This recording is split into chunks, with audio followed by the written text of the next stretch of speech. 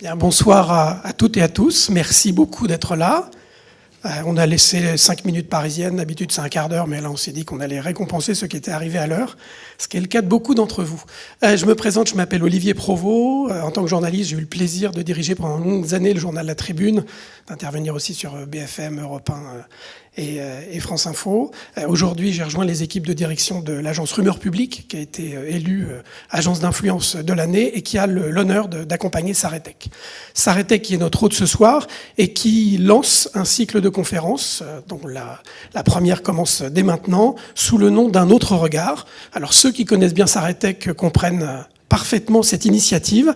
Et pour les autres, je vais laisser le soin au PDG du groupe Saretec, Philippe Thompson, de venir nous expliquer lui-même pourquoi Saretec a tenu à lancer ces conférences. Philippe Thompson, sous vos applaudissements, s'il vous plaît.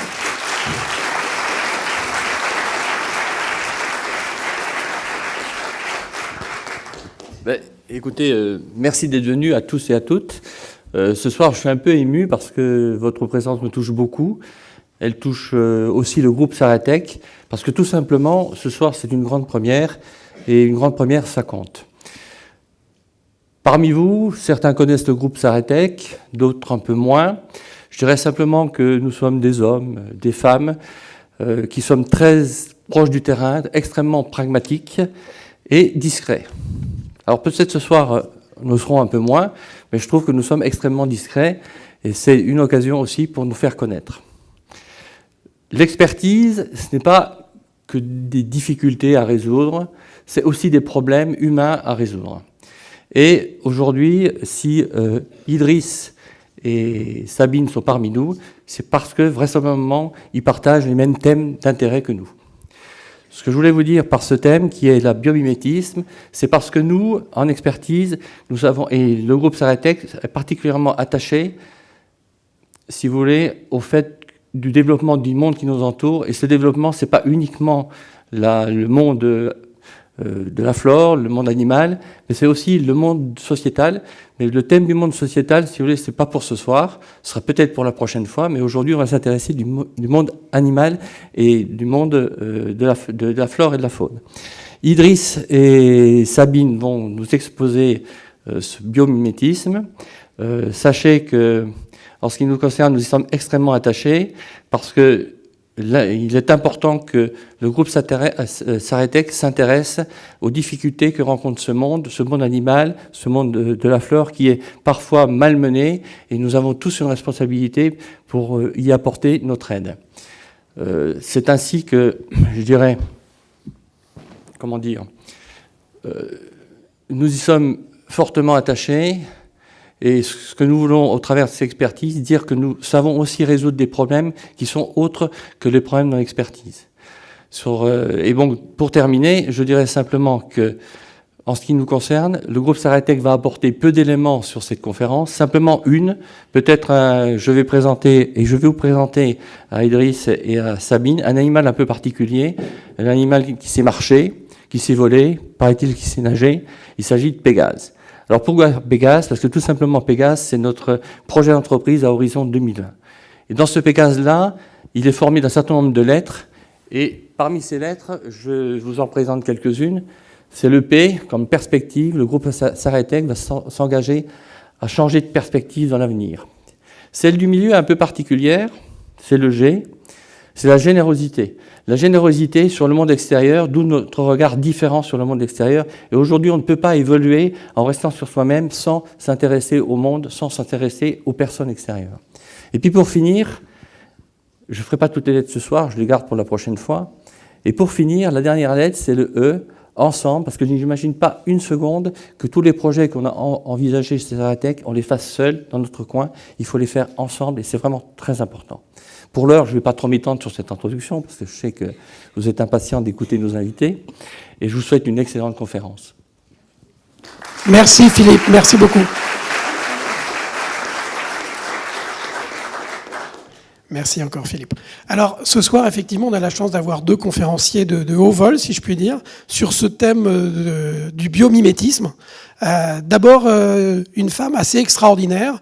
Je sais qu'elle a un certain nombre de clients dans la salle qui la connaissent sous un de ses aspects, qui est une brillante avocate d'affaires. Mais Sabine n'a pas que cette corde à son arc. Elle est aussi devenue, au fil du temps, une photographe animalière célèbre, reconnue. Une partie de ses œuvres sont derrière nous. Et elle va avoir le plaisir de vous raconter à toutes et à tous son expérience. Et vous allez voir qu'elle a la chance de travailler dans des conditions de travail quelquefois un peu rudes, mais en tout cas qui sont assez exceptionnelles. Je vous demande tout de suite d'applaudir Sabine Berner, s'il vous plaît.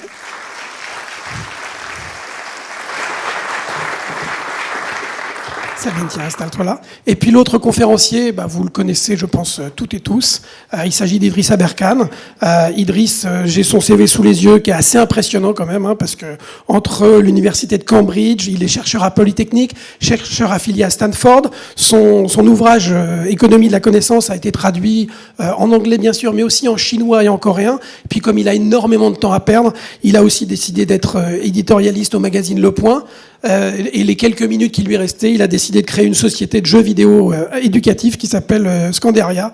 Donc voilà, il a de nombreuses cordes à son arc et ce soir, il va nous présenter, nous dresser un portrait de cette économie de la connaissance qui lui tient tant à cœur. Idriss Aberkane, sous vos applaudissements, s'il vous plaît.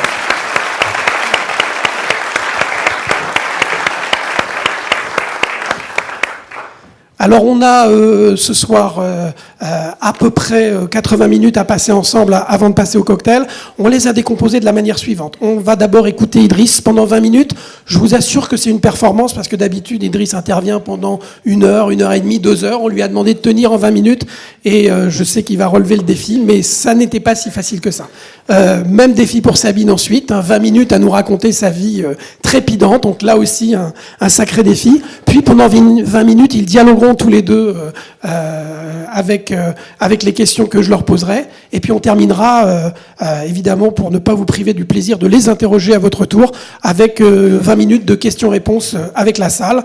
Et puis évidemment, cette séance de questions-réponses, on pourra la poursuivre ensuite autour d'un verre amical. Voilà, tout de suite, je laisse la parole à Idriss Aberkane. Idriss, the floor is yours. Parfait. Vous m'entendez bien ? Alors, mon histoire, elle commence là. Vous savez ce que c'est, ce bâtiment ? C'est le nouveau siège d'Apple qui est en train d'être terminé maintenant. C'est une petite plaisanterie à 5 milliards. Ça prouve à quel point la boîte est vraiment pleine aux as. En fait, Apple, quand ils téléphonent à leur banque pour savoir combien ils ont sur leur compte courant, à votre avis, la banque, elle répond quoi ?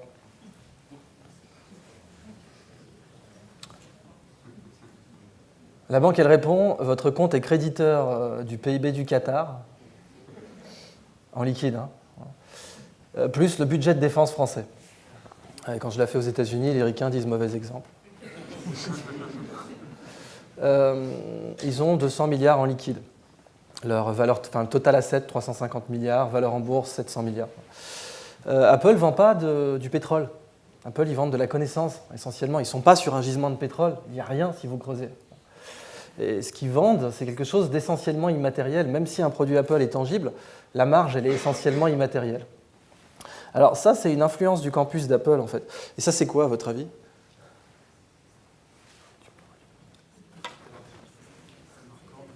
Alors, pas loin. En fait, ça, c'est Bagdad. C'est Bagdad du temps de Charlemagne. Ou du temps d'Is No Good, ça dépend de vos références. Et c'était la Silicon Valley de l'époque. C'était la capitale mondiale des mathématiques. C'est de là que viennent les chiffres arabes, qui ne sont pas arabes, ils sont indiens. Mais on les a appelés arabes parce qu'ils sont arrivés en Europe via Bagdad. Donc c'était la capitale mondiale des maths. Et ce statut a rendu la ville riche. Parce que les maths, ça permettait de faire des instruments de navigation céleste. Pour les caravaniers, ça permettait d'accélérer le voyage. Et donc c'était vraiment le GPS de l'époque, ou le personal computer de l'époque. Et un caravanier pouvait gagner 2 semaines sur son trajet. Donc il achetait son computer là-bas et il le mettait à jour. Parce qu'il fallait le mettre à jour avec les dernières observations célestes. Donc ça, ce qu'il faut retenir, alors, au passage, quand même, j'aime bien cette ville parce que, évidemment, le commanditaire était un prince musulman, mais le premier architecte était zoroastrien, le deuxième architecte était juif, le financeur était chrétien et le maître d'œuvre était bouddhiste. Putain, c'était une autre époque, quand même. Et bon, ça, c'est Bagdad avant le pétrole. C'est ça qu'il faut retenir, en fait. Ils ne creusaient pas la terre, ils creusaient le ciel. Et quand vous creusez le ciel, c'est dur de toucher le fond, en fait. C'était ma phrase du jour. C'est ça l'économie de la connaissance. Alors, pour bien comprendre ce sujet, j'ai quand même un message super important. Je n'ai pas de message plus important que celui qui va apparaître dans cette bulle, c'est-à-dire que vraiment, quand je vous l'aurai donné, vous pouvez vous lever, vous barrer. Enfin, non, Sabine a des trucs très intéressants à dire. Mais en ce qui concerne ma conférence, je dois quand même vous le dire tout de suite, j'ai rien de plus intéressant à dire que ce qui est dans cette bulle. Ça permet d'optimiser l'attention, tout ça. C'est pour ça que je l'ai mis au début. En fait, ce que j'ai à dire là-dedans, c'est que toute révolution, dans l'histoire de l'humanité, qu'elle soit philosophique, politique, morale, scientifique, ce que vous voulez, elle passe toujours par 3 étapes, systématiquement. D'abord, c'est considéré comme ridicule, ensuite, c'est considéré comme dangereux, et enfin, c'est considéré comme évident. Ridicule, dangereux, évident. Prenez le droit de vote des femmes, par exemple. Non, mais bon, statistiquement, il y a toujours quelqu'un dans la salle pour dire non, c'est encore ridicule aujourd'hui. Vous trouverez un cajot de tomates mûres sur vos sièges. Bon, 1789, c'est ridicule, soyons sérieux, Déclaration des droits de l'homme et du citoyen. Et la femme dans tout ça, non. Bon. 1889, c'est dangereux, qui va garder les gosses et faire la vaisselle, parce que quand même, au bout de 100 ans, les hommes ont commencé à se poser les vraies questions. Donc les suffragettes, on les torture, on les psychiatrise et on les tue. Et aujourd'hui, les femmes votent. And so what? C'est évident. Sauf pour certains pays à qui on file la Légion d'honneur. Pardon. Ouh, elle grince celle-là. Tout ça pour vous dire que ce n'est pas toujours ridicule, dangereux, évident, synchrone dans tous les pays. Mais le fait est que c'est tellement vrai ça. La Terre est ronde, ridicule, dangereux, évident. La Terre tourne autour du Soleil, ridicule, dangereux, évident. L'électricité, la physique quantique, l'ordinateur personnel. Ce téléphone, il a plus de capacité de calcul que la NASA. En 69. C'est-à-dire quand les Ricains ont envoyé une fusée sur la Lune, toute la capacité de calcul de la NASA, Houston, plus Cap Canaveral, plus la fusée elle-même, dans ma poche. Vous auriez dit ça à un ingénieur, il vous aurait dit, bon, écoute, j'ai du boulot, laisse-moi tranquille. Vous lui auriez dit, j'ai un proto. Il vous aurait dit, malheureux, cache ça en pleine guerre froide, les capacités de calcul de la NASA dans la poche de tous un chacun, c'est du délire. Bon. Et puis aujourd'hui, c'est le cas. Donc c'est tellement vrai, ça, que si une idée ne passe pas par ridicule, c'est pas une révolution. La réciproque n'est pas vraie. Donc, toute idée révolutionnaire doit forcément être considérée comme ridicule, mais toute idée à la con n'est pas forcément révolutionnaire. Je vois à votre réaction que vous en manipulez tous les jours.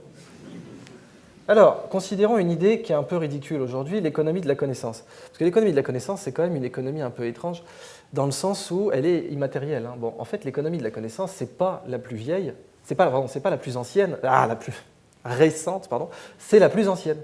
L'économie de la connaissance, c'est la plus vieille. L'être humain, il échangeait des savoirs bien avant d'échanger des monnaies. Le feu, c'était de la connaissance, ça passait de tribu en tribu, et bien avant l'agriculture, la monnaie ou la comptabilité moderne, l'économie de la connaissance était là. Donc en fait, toute économie a une dimension immatérielle. C'est juste que nous, on a un cerveau de chimpanzé, on a tendance à voir le monde tangible, le monde concret, physique. On ne voit pas la dimension immatérielle des choses. Mais aucune économie n'existe sans connaissance. Ça n'existe pas, une économie sans connaissance. Donc en fait, l'économie de la connaissance, elle a toujours été là. Maintenant, à quoi elle sert? Ça tient en une phrase. Et cette phrase, c'est qu'au fond, la connaissance, comme la connerie, elle est infinie. Et ça change tout, parce que le pétrole, c'est pas infini, le gaz naturel, c'est pas infini. Bon. Quand vous creusez un puits de pétrole, au bout d'un moment, vous avez touché le fond. Quand vous creusez un puits de connaissance, quand est-ce que vous dites que vous avez touché le fond? Quand est-ce que vous pouvez dire, ça y est, j'ai extrait toute la connaissance possible dans l'univers? On peut prouver mathématiquement que cet ensemble est infini. Alors ça voudrait dire qu'on pourrait avoir une croissance infinie dans le monde de la connaissance. Ça paraît un peu étrange. Vous n'êtes pas obligé de me croire, cela dit, mais vous pouvez croire la Corée du Sud.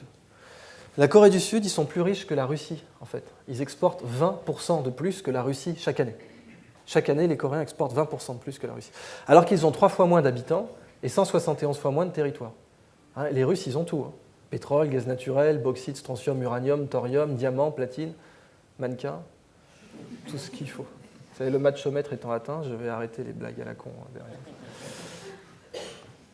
Alors, en fait, la Corée du Sud n'a rien, mais rien. Minéralement, ils n'ont rien. Mais qu'est-ce qu'ils nous vendent? Des téléphones portables, des satellites, des lasers, des puces électroniques, etc. Et du logiciel aussi.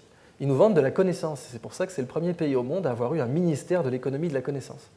Qu'au bout d'un moment, ils ont appelé ministère de l'économie tout court, puisque de toute façon, ils ne faisaient rien d'autre. Alors, comment on extrait de la connaissance? C'est un peu ça le sujet. Je vous ai dit, Bagdad, forêt de la connaissance. Comment on fait pour forer de la connaissance? le pouvoir d'achat dans l'économie de la connaissance, c'est quoi? Je vais vous le faire deviner, c'est pour ça que j'ai laissé la slide vide. Là, on est en train de réaliser une transaction. Là, je vous donne de la connaissance, et vous me donnez deux choses en échange. Lesquelles? Qu'est-ce que vous me donnez là maintenant, tout de suite? Notre attention. Ouais, et quoi d'autre? L'interaction, c'est pas obligatoire, hein. Vous pouvez piquer de la connaissance si vous êtes espion sans interagir. C'est pas obligé. Mais l'attention, c'est obligatoire par contre. Quoi d'autre? Tout bête. Eh oui, du temps. Hein. Il faut de l'attention et du temps. Ça donne cette magnifique équation toute mignonne que j'ai découverte à Stanford et qui en fait dit, elle est très simple, hein, elle dit la connaissance, le flux de connaissances, phi de k, ça veut dire le flux de connaissances, le signe au milieu veut dire proportionnel, c'est tout, est proportionnel à l'attention multipliée par le temps. La connaissance achetée, elle est proportionnelle à l'attention multipliée par le temps. L'unité de pouvoir d'achat dans l'économie de la connaissance, ce n'est pas le temps. Hein. Il n'y a que l'école qui croit ça. Vous ferez 3 heures d'anglais par semaine. Alors on n'est pas bilingue en bout de chaîne parce que 3 heures d'anglais, ce n'est pas 3 heures à attention maximale. Si l'école était compétitive pour capter l'attention, ça se saurait. Rigolez pas, c'est pas censé être drôle.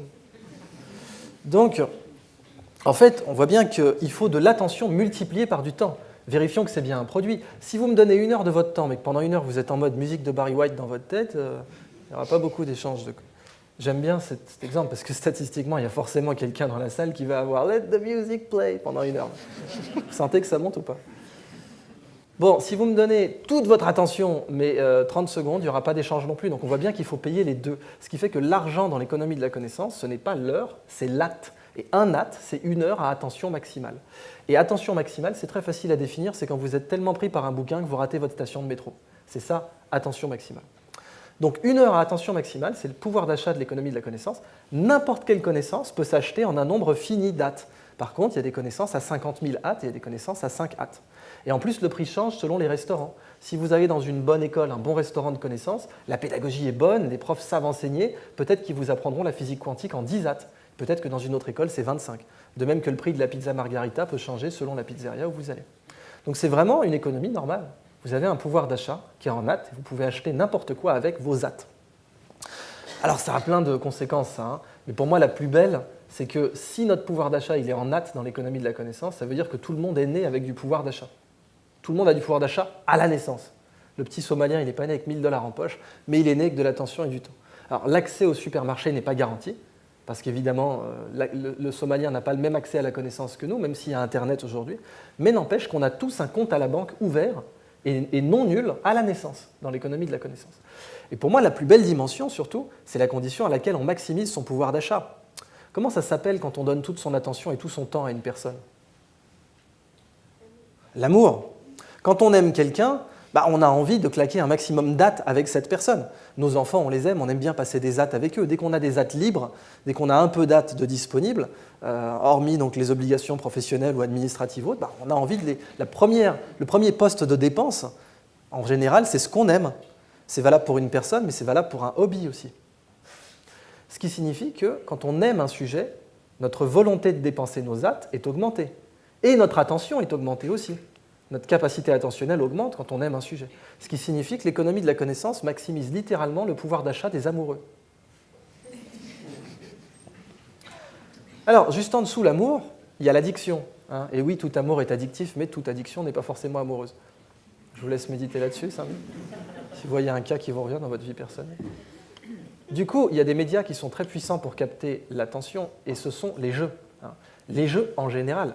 Bien avant les jeux vidéo, les Grecs savaient que pour capter l'attention de toute la péninsule hellénistique qui à l'époque se foutait sur la gueule tout le temps, eh bien on faisait les Jeux Olympiques. Et là tout le monde regardait les épreuves et on faisait la paix. Et en fait les jeux sont des aspirateurs à hâte.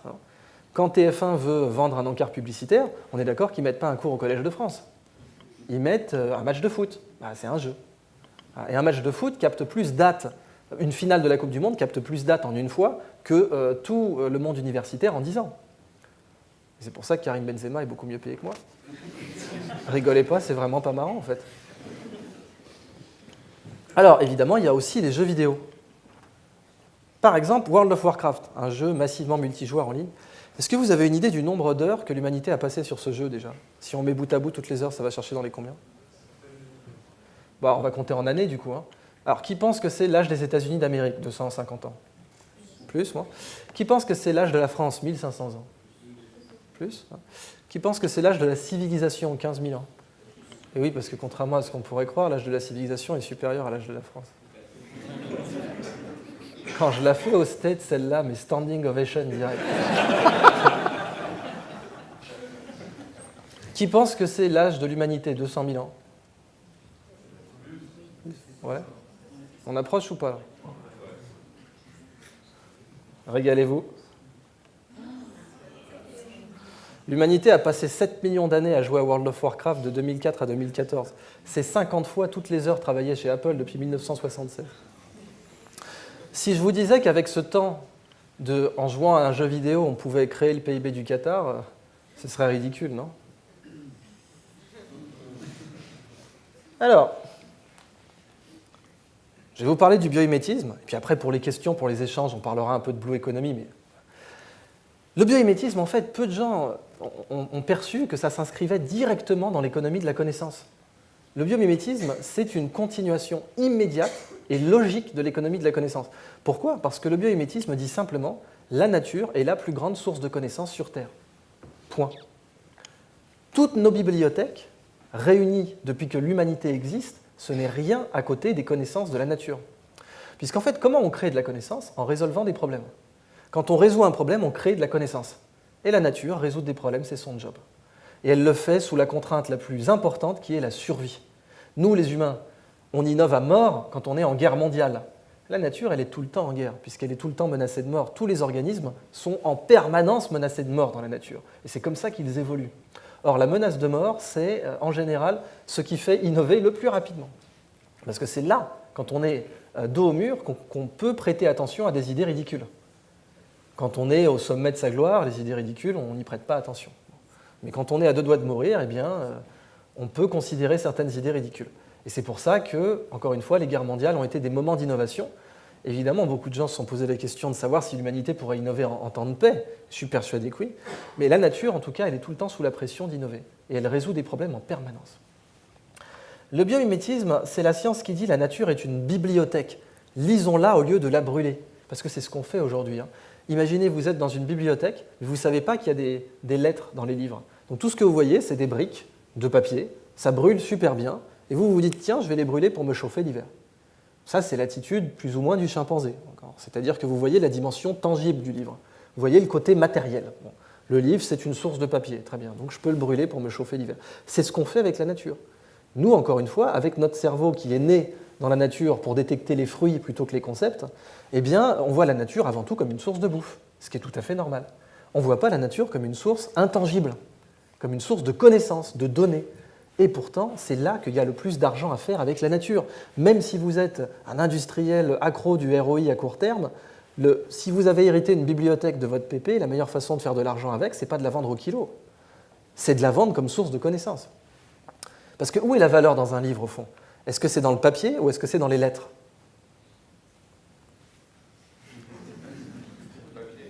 Ah non, on peut avoir un livre sans papier. Non mais il n'y a pas de problème, on peut avoir un livre sans papier aujourd'hui. Avec les tablettes, on a des livres sans papier. Par contre, un livre sans lettres, c'est plus compliqué quand même. En fait, la vraie valeur dans un livre, c'est les lettres. Et ce qui fait que les œuvres de l'Antiquité nous sont parvenues, ce n'est pas leur parchemin ou leur papyrus ou leur tablette de cire ou d'argile, ce sont leurs lettres. C'est les lettres qui ont été transmises, alors notamment par tradition orale, c'est les textes qui nous parviennent. Et en fait, la vraie valeur d'un bouquin donc, est dans sa dimension immatérielle. Les lettres sont immatérielles. Alors il y a une loi qu'on appelle la loi de Pseudo-Platov, mais qui était connue des anciens, notamment en Afrique, qui dit quand on partage un bien matériel, on le divise, quand on partage un bien immatériel, on le multiplie. Si je partage une pizza avec vous, eh bien, la part individuelle, c'est la pizza divisée par le nombre de gens. Donc plus il y a de gens, moins il y a de pizza. Mais si je partage avec vous une pizza de connaissances, c'en est une, eh bien, la part individuelle de cette pizza de connaissances, elle n'est pas dépendante du nombre de gens. S'il y a 100 personnes de plus dans la salle, ça ne change absolument pas la part que vous allez en reprendre. Alors que si, encore une fois, je n'ai qu'une pizza et qu'il y a 100 personnes de plus, la part va être inversement proportionnelle au nombre de gens. La nature, c'est pareil. Si on l'utilise comme une source de papier, on va la détruire. Si on l'utilise comme une source de lettres, on va la protéger. Si vous utilisez un livre comme une source de lettres, vous allez le diffuser. Et vous allez faire en sorte qu'il se propage à travers l'histoire. Si vous utilisez un livre comme source de papier, vous allez le détruire. Donc, si on en revient à la nature, ça, par exemple, c'est du silicium. C'est plus ou moins la mémoire de mon téléphone, vue au microscope. Donc, quand nous, on fait du silicium, ça ressemble à ça. Quand la nature fait du silicium, ça ressemble à ça. Voilà, ça c'est une diatomée, c'est du phytoplancton. Comme on n'est pas trop loin de la mer à Paris, il y en a dans l'air même. Et là, dans la pièce, il y en a. Et leur squelette, il ressemble à ça au microscope. Beaucoup plus performant que nos cartes mémoire. Et en plus, la diatomée fait ça sans armes ni haine ni violence, sans polluer. La nature fait mieux que nous. En fait, elle nous met toujours 2 claques. Claque numéro 1, mon produit est meilleur. Voilà. Moi, je fais ça, toi, tu fais ça. Voilà, laisse-moi tranquille, j'ai du travail.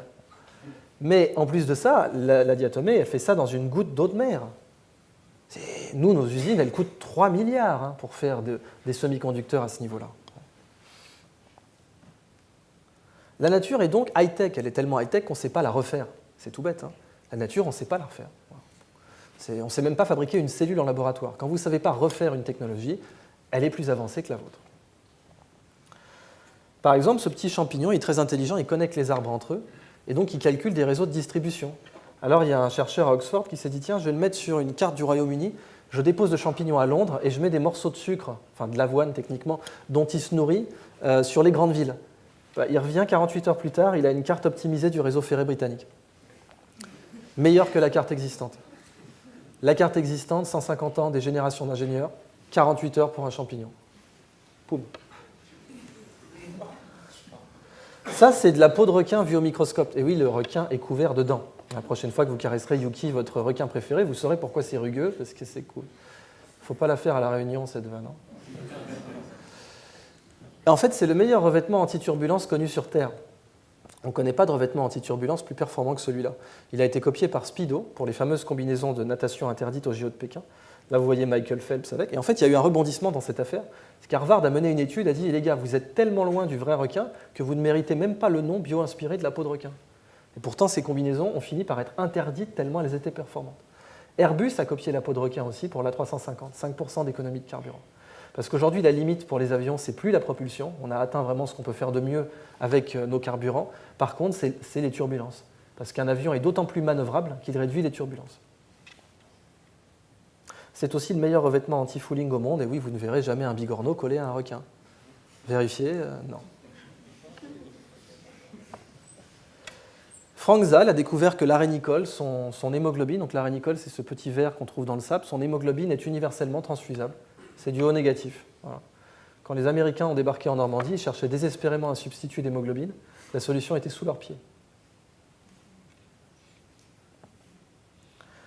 Les termitières, c'est assez fascinant parce que c'est très cité en biomimétisme. Hein. C'est un système de climatisation qui est le plus performant connu aujourd'hui. Hein. Vraiment, c'est-à-dire que les termitières, elles sont en plein désert australien, 50 degrés, et elles se maintiennent sans aucun problème à 27 à l'intérieur. On est quand même sur un système de climatisation performant. Mais il n'y a pas d'embouteillage dans une termitière. Il n'y a pas de feu rouge non plus. Les termitières et les fourmilières nous démontrent qu'on pourrait avoir des systèmes, des villes sans feu rouge. En fait, ça existe. Il y a une ville au Vietnam qui n'a pas de feu rouge. Elle n'a pas plus d'accidents par habitant que les villes françaises. Ça va vous donner plein d'arguments quand vous vous ferez choper à 140. Et en fait, si vous connaissez le GPS Waze, il a été inspiré des termitières, en fait, des termitières et des fourmilières. Le GPS Waze qui a été racheté par Google, il est totalement inspiré de la façon dont les fourmilières fonctionnent. Alors la conclusion, c'est ça, hein, c'est que la nature est une bibliothèque, lisons-la au lieu de la brûler. J'ai mis d'un côté un œuf de casoar, donc ça c'est évidemment pour introduire l'excellent travail de Sabine, les photos du vivant, parce que les photos du vivant, ça nous permet de donner des actes au vivant. C'est tout bête. Là, d'un côté, vous avez un œuf de casoar, de l'autre, vous avez du pétrole. Il est clair que si vous trouvez du pétrole dans votre jardin, votre banquier, il est content. Si vous trouvez un œuf de casoar, le banquier, il s'en fout. Un jour, il ne s'en foutra pas. Un jour, les chefs d'État préféreront trouver de la biodiversité sur leur territoire que du pétrole. Parce que ça vaut une blinde. Même là, en prenant cet exemple au hasard, il y avait 2 applications industrielles sur l'œuf de casoar. La première, c'est que sa surface est une surface réfléchissante nano-fine. C'est-à-dire que vous voyez, ça brille un peu. Et une surface brillante nano-fine, pour les satellites, ça n'a pas de prix. Donc la NASA l'étudie aujourd'hui, cet œuf. Et les pores, cet œuf respire, il a des pores. Les pores sont étudiés par des boîtes comme Air Liquide. Donc même en prenant le truc au pif, il y avait déjà 2 applications. Pourquoi ? Si la nature est une bibliothèque, chaque espèce est un livre.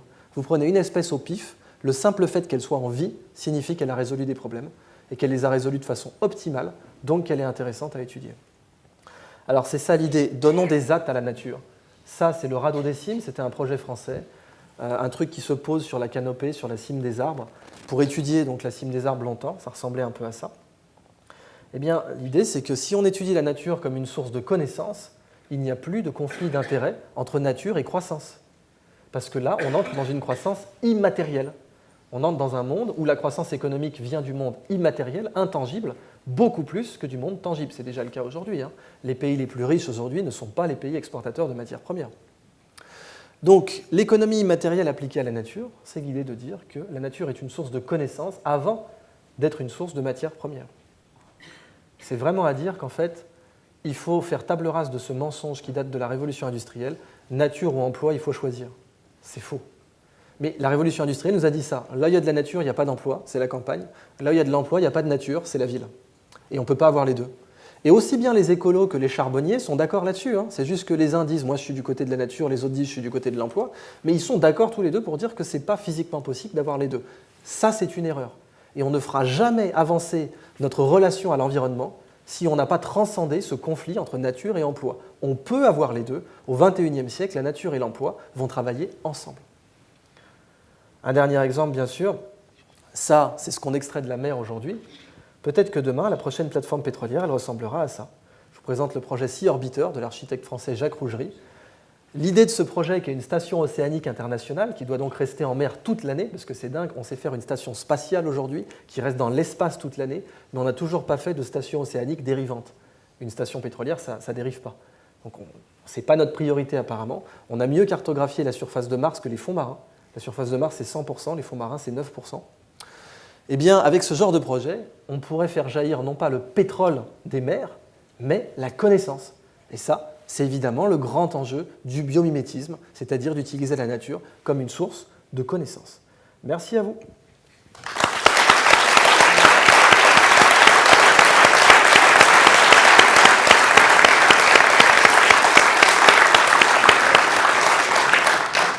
Merci beaucoup Idriss. Alors j'imagine que l'intervention d'Idriss Aberkane a généré énormément de questions. Gardez-les bien. On aura ce moment d'échange tout à l'heure, comme je vous l'ai dit.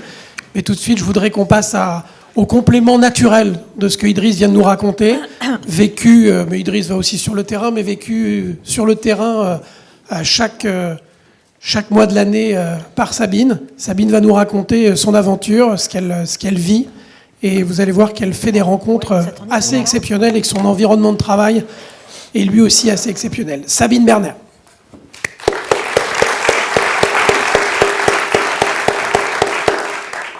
Du coup, tu me fais pas.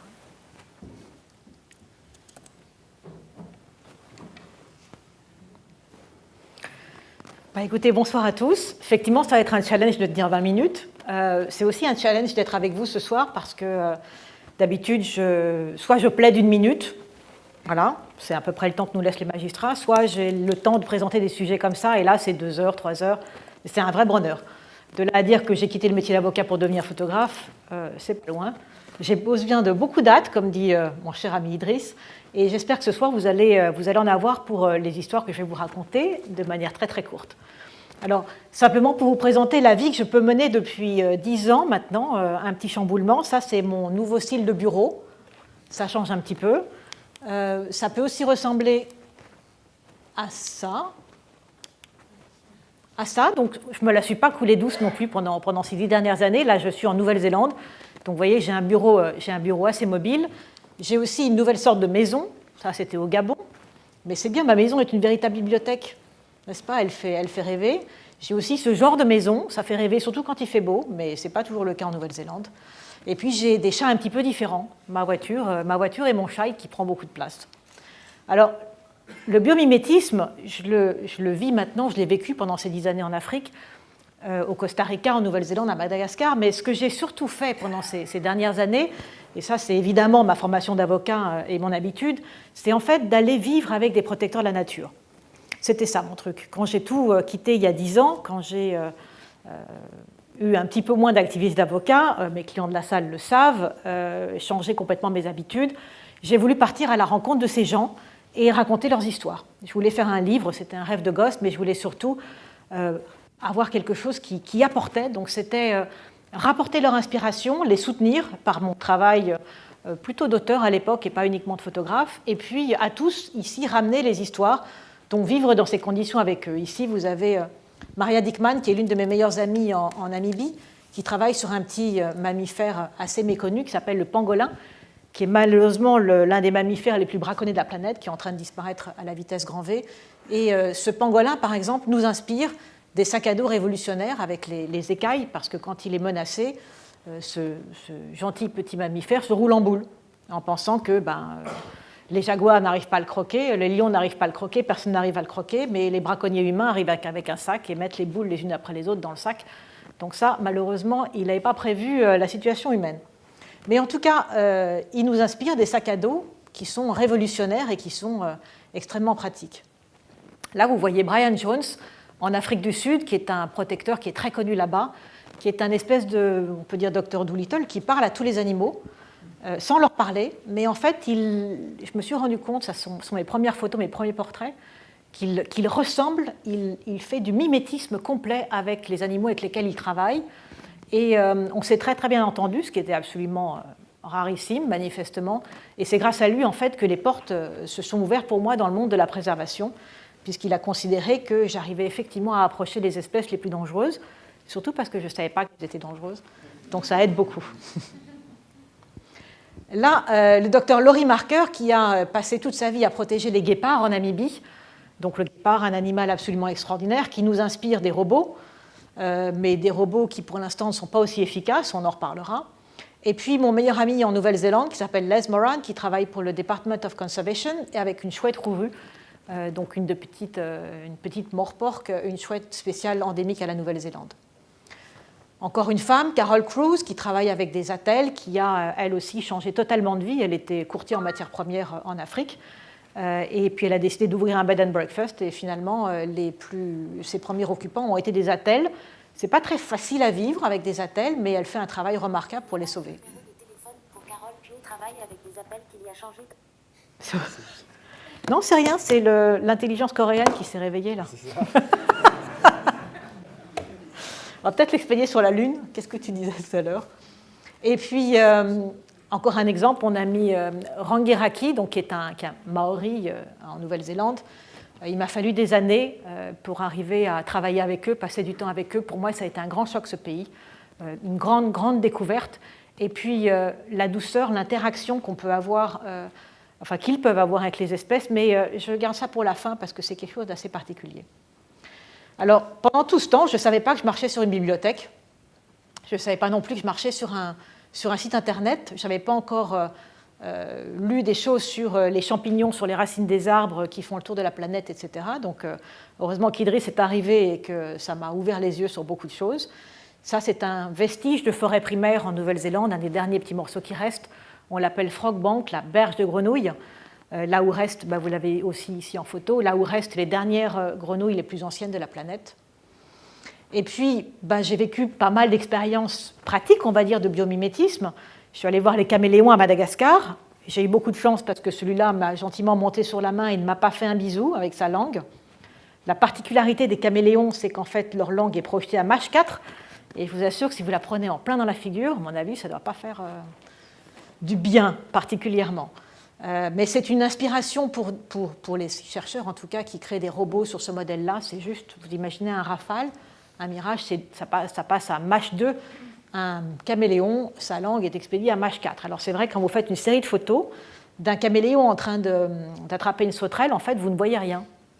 C'est-à-dire que vous faites une Rafale et vous vous dites elle est où la sauterelle? Elle est partie. Et donc après, vous faites défiler les photos doucement et vous voyez qu'effectivement, elle est partie dans la bouche du caméléon. J'ai aussi vécu un petit peu avec des lions. Donc là, j'ai pu expérimenter la taille de la patte, le silence du lion qui peut arriver derrière vous. Enfin, Dieu merci, c'était que des lionceaux. Mais enfin, le silence du lionceau qui arrive derrière vous juste pour jouer, qui vous saute dessus et qui vous enrobe avec la patte, c'est vachement efficace. Avec ça, on peut améliorer les amortisseurs de voiture. Moi, je n'ai pas amélioré mon t-shirt et mon pantalon. Il faut savoir choisir. Vous voyez un petit peu, ça c'est un lionceau qui a 4 mois. Je n'ai pas fait la même chose avec les parents. J'aime bien pouvoir ramener les histoires. Bon, j'ai aussi vécu avec des guépards. Et c'est là que j'ai découvert à quel point ils sont vraiment bâtis pour la course. Ils sont maigres, mais maigres, on n'a pas idée, on a l'impression qu'on va les casser en fait. Ça pèse 40 kg à peu près, 40-50 kg. C'est haut comme ça, vous le voyez tout à l'heure avec ma voiture. C'est super costaud, très rugueux. une fourrure qui est vraiment très très rugueuse. C'est pour ça d'ailleurs qu'il en reste encore un peu, qu'ils n'ont pas tous fini en manteau. Et ils ont des vitesses de pointe à 110 km/h, donc totalement totalement conçus pour une vitesse de pointe. Et on fait des robots sur ce système-là qui, aux dernières nouvelles de ce que j'avais pu lire, atteignaient la vitesse extraordinaire de 15 km/h. Voilà. Donc quand on voit l'original et quand on voit ce qu'on en tire, on a intérêt à garder quelques petits guépards pour améliorer le système quand même. Et puis j'ai aussi étudié la reptation du boa. Vachement intéressant, les boas. Moi, j'aime beaucoup les serpents. Donc, mais à l'époque, je ne savais pas du tout que je faisais une approche biomimétique. Donc, pour les trimballer en fait, d'un endroit à l'autre, vous les mettez soit autour de votre tête, soit autour de votre bras.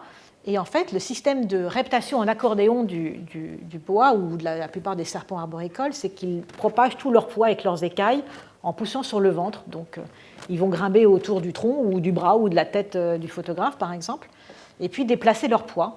Et il leur faut une force qui est aussi puissante que quand ils écrabouillent une victime pour la manger. Et je vous assure que ça se sent. Là, c'était un très jeune boa avec lequel je pouvais faire ce genre de plaisanterie, mais je ne l'aurais pas fait qu'un boa adulte pour éviter de finir comme dans le livre de la jungle. Je connais quand même mes classiques. J'ai vécu aussi avec des attelles, donc les petites dont je parlais tout à l'heure. Je n'ai pas trouvé encore d'exemple en biomimétisme, mais il y a quelque chose à faire. Parce qu'un attelle, c'est donc un singe araignée, en fait, 2 bras, 2 jambes qui ont la même longueur, plus une queue préhensile. Et je vous assure, quand il vous attrape, il ne vous lâche pas. Donc Idriss, si tu veux des tuyaux sur les, sur les attelles, ce qu'on peut étudier, c'est assez extraordinaire, plus de pouces, donc devenu un singe complètement arboricole, avec une queue qui est d'une puissance réellement phénoménale. Alors la nature est une bibliothèque de connaissances, mais elle adore apprendre. Donc elle, quand elle trouve quelque chose qu'elle ne connaît pas, elle teste. Les crocs sont super résistantes. Je ne sais pas si c'est inspiré de quelque chose, mais ça résiste à tout.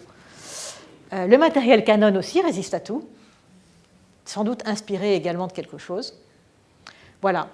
Et donc, comme je commence à entamer mon temps, j'ai droit à quelques histoires. La première des histoires, c'est mes chouchous. Alors, j'ai beaucoup de chouchous, mais les chouchous préférés, c'est les geckos.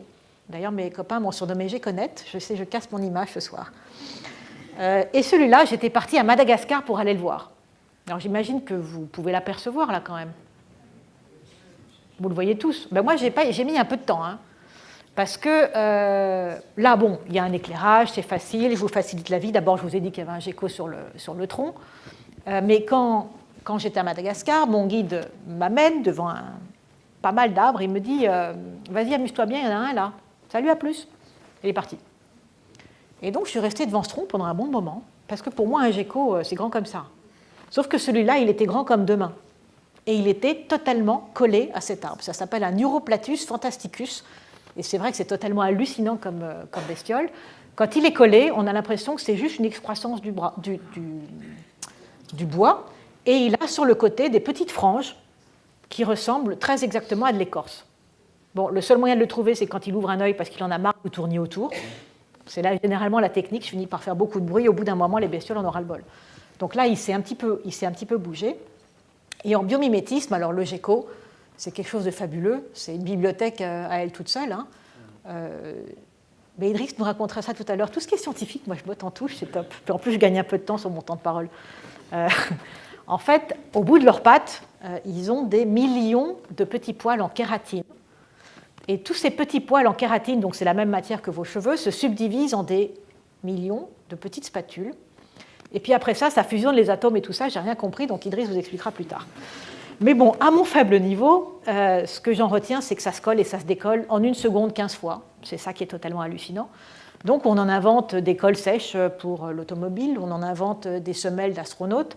Dernièrement, j'ai entendu une super conférence d'Idriss qui nous parlait d'un robot spatial. Et là, c'est vraiment, on se dit qu'on passe de l'Europlatus fantasticus à la station spatiale. C'est quand même assez impressionnant, comme quoi j'ai bien raison d'aimer les geckos. Mais là, plutôt que ce genre d'explication compliquée, moi, je vais vous parler d'un autre phénomène que j'ai vécu en Nouvelle-Zélande. C'est la résilience et l'adaptation absolument incroyable de ces petites bêtes. Alors, Nouvelle-Zélande, c'est un pays qui est particulier parce qu'il a été le dernier continent à être découvert il y a environ 700 ou 1000 ans, d'abord par les Maoris, enfin devenus les Maoris, des Polynésiens, et ensuite par nous. Et pendant 85 millions d'années, cet archipel avait eu la paix. Quand je dis la paix, c'était évidemment pas d'humains, mais pas de prédateurs mammifères. Et tous les animaux s'étaient adaptés à être tranquilles, donc avec un cycle de vie qui était très très long, avec beaucoup d'oiseaux qui sont devenus terrestres, qui n'ont plus fait l'effort de voler. Et puis, par exemple, ces geckos qui sont arrivés de Nouvelle-Calédonie ou d'Australie il y a plusieurs dizaines de millions d'années. Alors, quand je parle de chiffres avec la Nouvelle-Zélande, moi, je n'essaye même plus de faire des efforts parce que toutes les 2 minutes, ça change. Ils font des recherches génétiques, ils vous changent les noms, ils vous changent les dates, ils vous changent tout. Donc, ce n'est pas de l'à peu près, c'est que c'est fatigant. Donc, il y a quelques dizaines de millions d'années, les geckos ont débarqué en Nouvelle-Zélande, alors une espèce de gecko, et ça a donné plus d'une 50aine d'espèces actuellement. Ça va de subantarctique, je vous en parlerai un petit peu plus, à subtropical, comme celui-ci par exemple, donc on passe de moins 20 à 40 degrés allègrement, et ils sont absolument partout. Ça, c'est un Noltinus gemmeus, on l'appelle en anglais jewel gecko, c'est l'un des plus beaux qui existent, tous identifiés par leur dessin, donc vous voyez que c'est vraiment, Chouchou est un super acrobate. Alors, quand vous avez la chance de toucher un gecko, bon, en Nouvelle-Zélande, je ne le fais pas, ce n'est pas autorisé, mais ce sont uniquement mes camarades scientifiques qui le font. Je l'ai fait dans d'autres pays, j'ai triché. C'est comme si vous aviez un petit miracle qui vous monte dessus. Vous fermez les yeux, vous ne sentez rien parce que ça pèse 1 ou 2 grammes. Et puis vous avez cette espèce de fusion des atomes, on aime bien fantasmer un peu, qui vous grimpe dessus, mais en fait, vous sentez simplement quelque chose d'extrêmement frais. C'est comme les grenouilles, quoi. Ça passe. Et là, vous ne réalisez pas à quel point le simple fait de vous passer sur le bras peut être totalement hallucinant. C'est incompréhensible. Il n'y a pas que pour moi que c'est incompréhensible. Hein. Alors ça, c'est un gecko de forêt. Je vais me contenter des noms anglais, ce sera un petit peu plus simple. Celui-là est d'Otago, donc vous voyez qu'il est totalement mimétique avec son environnement. Celui-ci, il est commun, un gecko commun. Alors vous voyez qu'il y a aussi une petite particularité sur mes geckos, c'est qu'en fait, ils sourient tous. Parce qu'en fait, quand ils font la gueule, j'arrête de faire des photos. Et j'ai surtout pas le droit d'en faire. C'est très très compliqué de travailler en Nouvelle-Zélande. Donc celui-là est un gecko heureux, Noltinus manucanus, parce que l'arbre sur lequel il est installé est un manuka. Là, vous avez un gecko de l'île Stephens, toujours différent. Un autre gecko de l'île Stephens. Mon horrible job, quand je suis allée sur cette île pour le Department of Conservation, était de faire les photos des yeux de ces geckos. Parce qu'on imagine que c'est comme des empreintes digitales et que chacun a un œil différent. Ça nous permet ensuite de faire un catalogue des yeux et ça évite de couper un bout des pattes pour essayer de les numéroter. Celui-là, il vient juste d'être découvert. Il n'a pas encore d'identification scientifique, pas de nom, pas nommé. On l'appelle Coromandel, c'est la région où on l'a trouvé. Et puis alors là, le plus hallucinant, je vous montre déjà son environnement. Enfin, je triche un peu parce que son environnement n'est pas exactement là, mais il est tellement braconné que je n'ai pas le droit de montrer où il est. Mais ça ressemble à ça, on va dire. Ça ressemble à ça, et c'est le gecko arlequin de Nouvelle-Zélande qui, lui, m'hallucine le plus. Alors, vous en avez des verts, vous en avez des rouges, vous en avez des jaunes, vous avez un peu tous, qui rend un peu dingue mes chromistes quand ils doivent faire des posters ou quand on fait des coffrets, comme vous allez récupérer tout à l'heure. Et grâce à ces dessins qui sont tous totalement différents, les scientifiques font un catalogue, ce qui permet de les identifier. Alors, il n'y en a pas beaucoup, on en a identifié 150 sur un espace qui est grand comme la salle, à peu près. Tous les autres ont disparu. Soit il n'y en avait pas beaucoup déjà dès l'origine, soit ils ont tous été croqués par les rats, les fouines, les belettes qu'on a introduits, c'est fort possible, en tout cas on n'en sait rien. Et on les trouve tellement peu, ils sont tellement rares que quand j'étais là-bas, j'avais une super frousse, c'était de marcher dessus, donc je restais cloîtrée à peu près dans notre petite hutte de travail, et puis d'autant plus cloîtrée qu'en fait, on est en haut de l'île Stewart, on n'a rien qui arrête les vents de l'île subantarctique.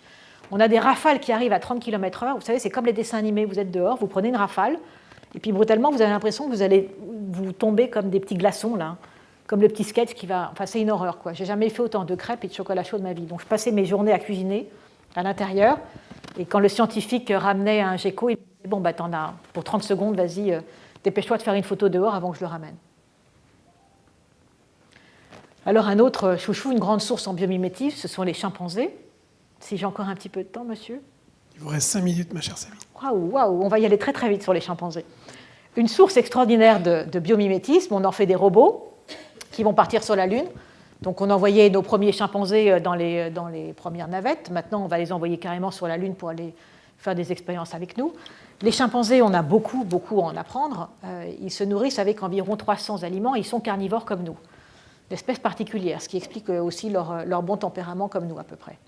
Mais on s'est rendu compte qu'en les suivant, on pouvait découvrir toute une pharmacologie, celle qu'ils utilisent, puisque dans les 300 plantes dont ils vont se nourrir, il y a également des médicaments. S'ils ont des vers, ils vont avaler à jeun certaines plantes.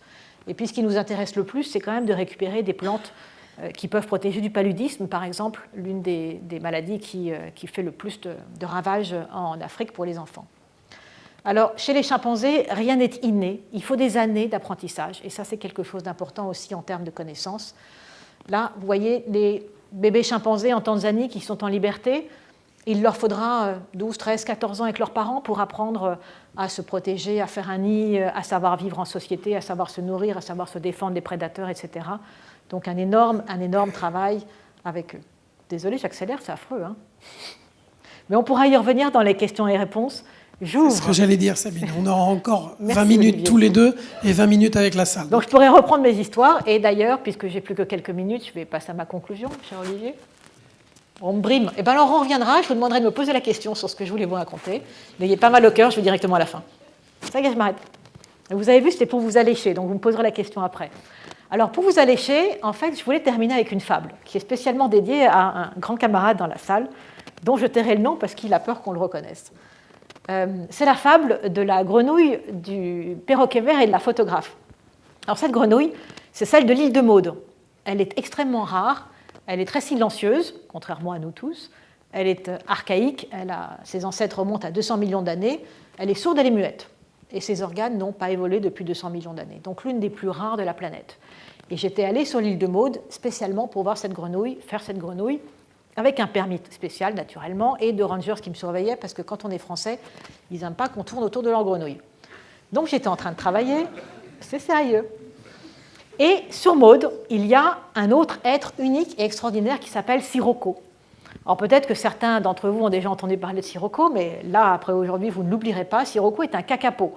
C'est un perroquet nocturne et terrestre, endémique de la Nouvelle-Zélande. Il n'y a évidemment que dans ce pays bizarre qu'on trouve ce genre de truc. Sirocco, comme tous les kakapos, est un perroquet qui a oublié qu'il volait, pas. Donc il monte aux arbres, arrivé en haut, il tombe comme une masse.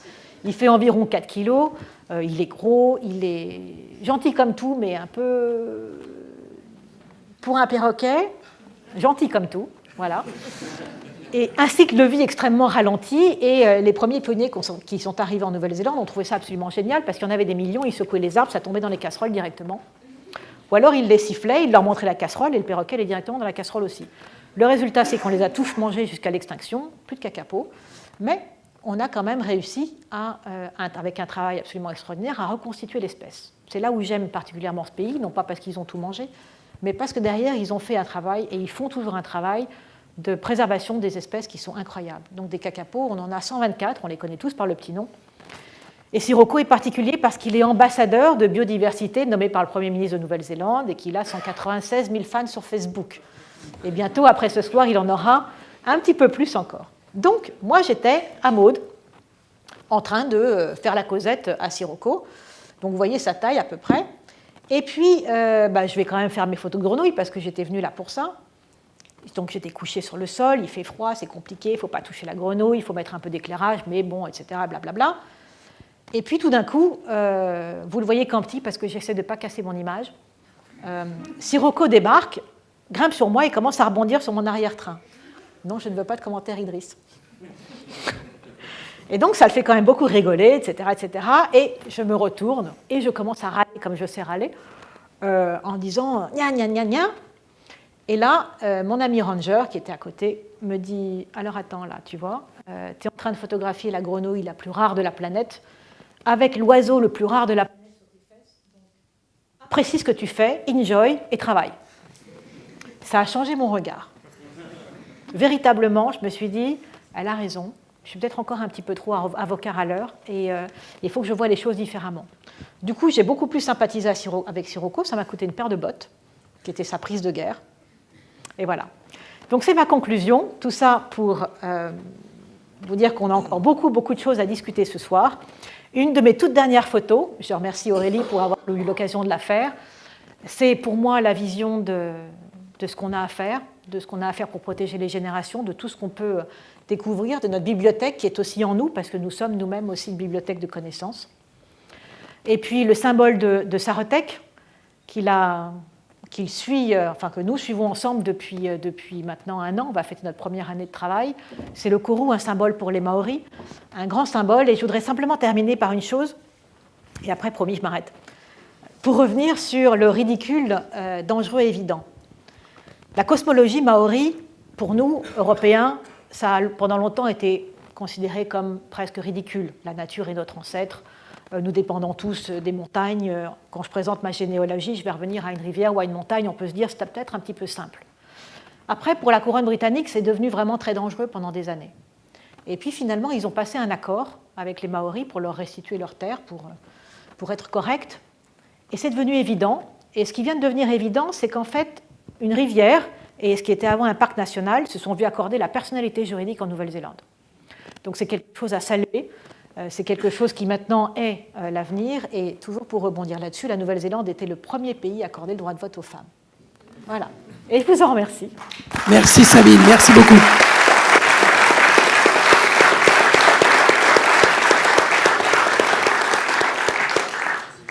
Alors on vous écouterait tous les deux évidemment pendant des heures.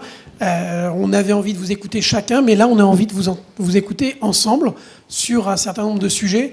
Le premier est très simple, vous passez votre temps à travers la planète à quelque part porter la bonne parole sur cette bibliothèque qui est autour de nous, de la connaissance. Sabine sur la préservation de ces espèces. Et est-ce que vous avez l'impression aujourd'hui de commencer à être entendu ? En d'autres termes, est-ce qu'on est toujours en train de détruire cette bibliothèque, de la brûler, pour reprendre les mots d'Idriss, et Sabine, d'abîmer ces espèces extraordinaires, ou est-ce que vous avez l'impression que quelque chose s'est passé ? Et on est à 1 mois de la COP22, est-ce que les esprits ont commencé à bouger ? En d'autres termes, est-ce que vous êtes un peu optimiste sur la survie et le déploiement de cette bibliothèque ? Je te donne la parole. On a combien d'heures ? Bah. Alors, en général, dans mon expérience, les petits pays sont les premiers à comprendre l'importance de la biodiversité. Quand j'ai rencontré la présidente de l'île Maurice, par exemple, c'est une des premières TED présidentes au monde, c'est-à-dire que son programme, c'était un TED Talk qu'elle a donné sur la biodiversité mauricienne et sur, évidemment, l'intérêt économique de cette biodiversité en termes de création d'emplois. Parce que là où c'est totalement débile à Maurice, ça a été d'avoir mis de la canne à sucre. En fait, il y a plus ou moins 2 phénomènes dont on peut dire que là où il passe, l'herbe ne repousse plus, Attila et la canne à sucre. Si vous voulez flinguer un sol, la canne à sucre, c'est très très rapide pour ça. Et dans un hotspot de biodiversité comme l'île Maurice, c'était une connerie faramineuse parce qu'il y avait plein d'espèces dont la valeur économique était très supérieure à la canne à sucre.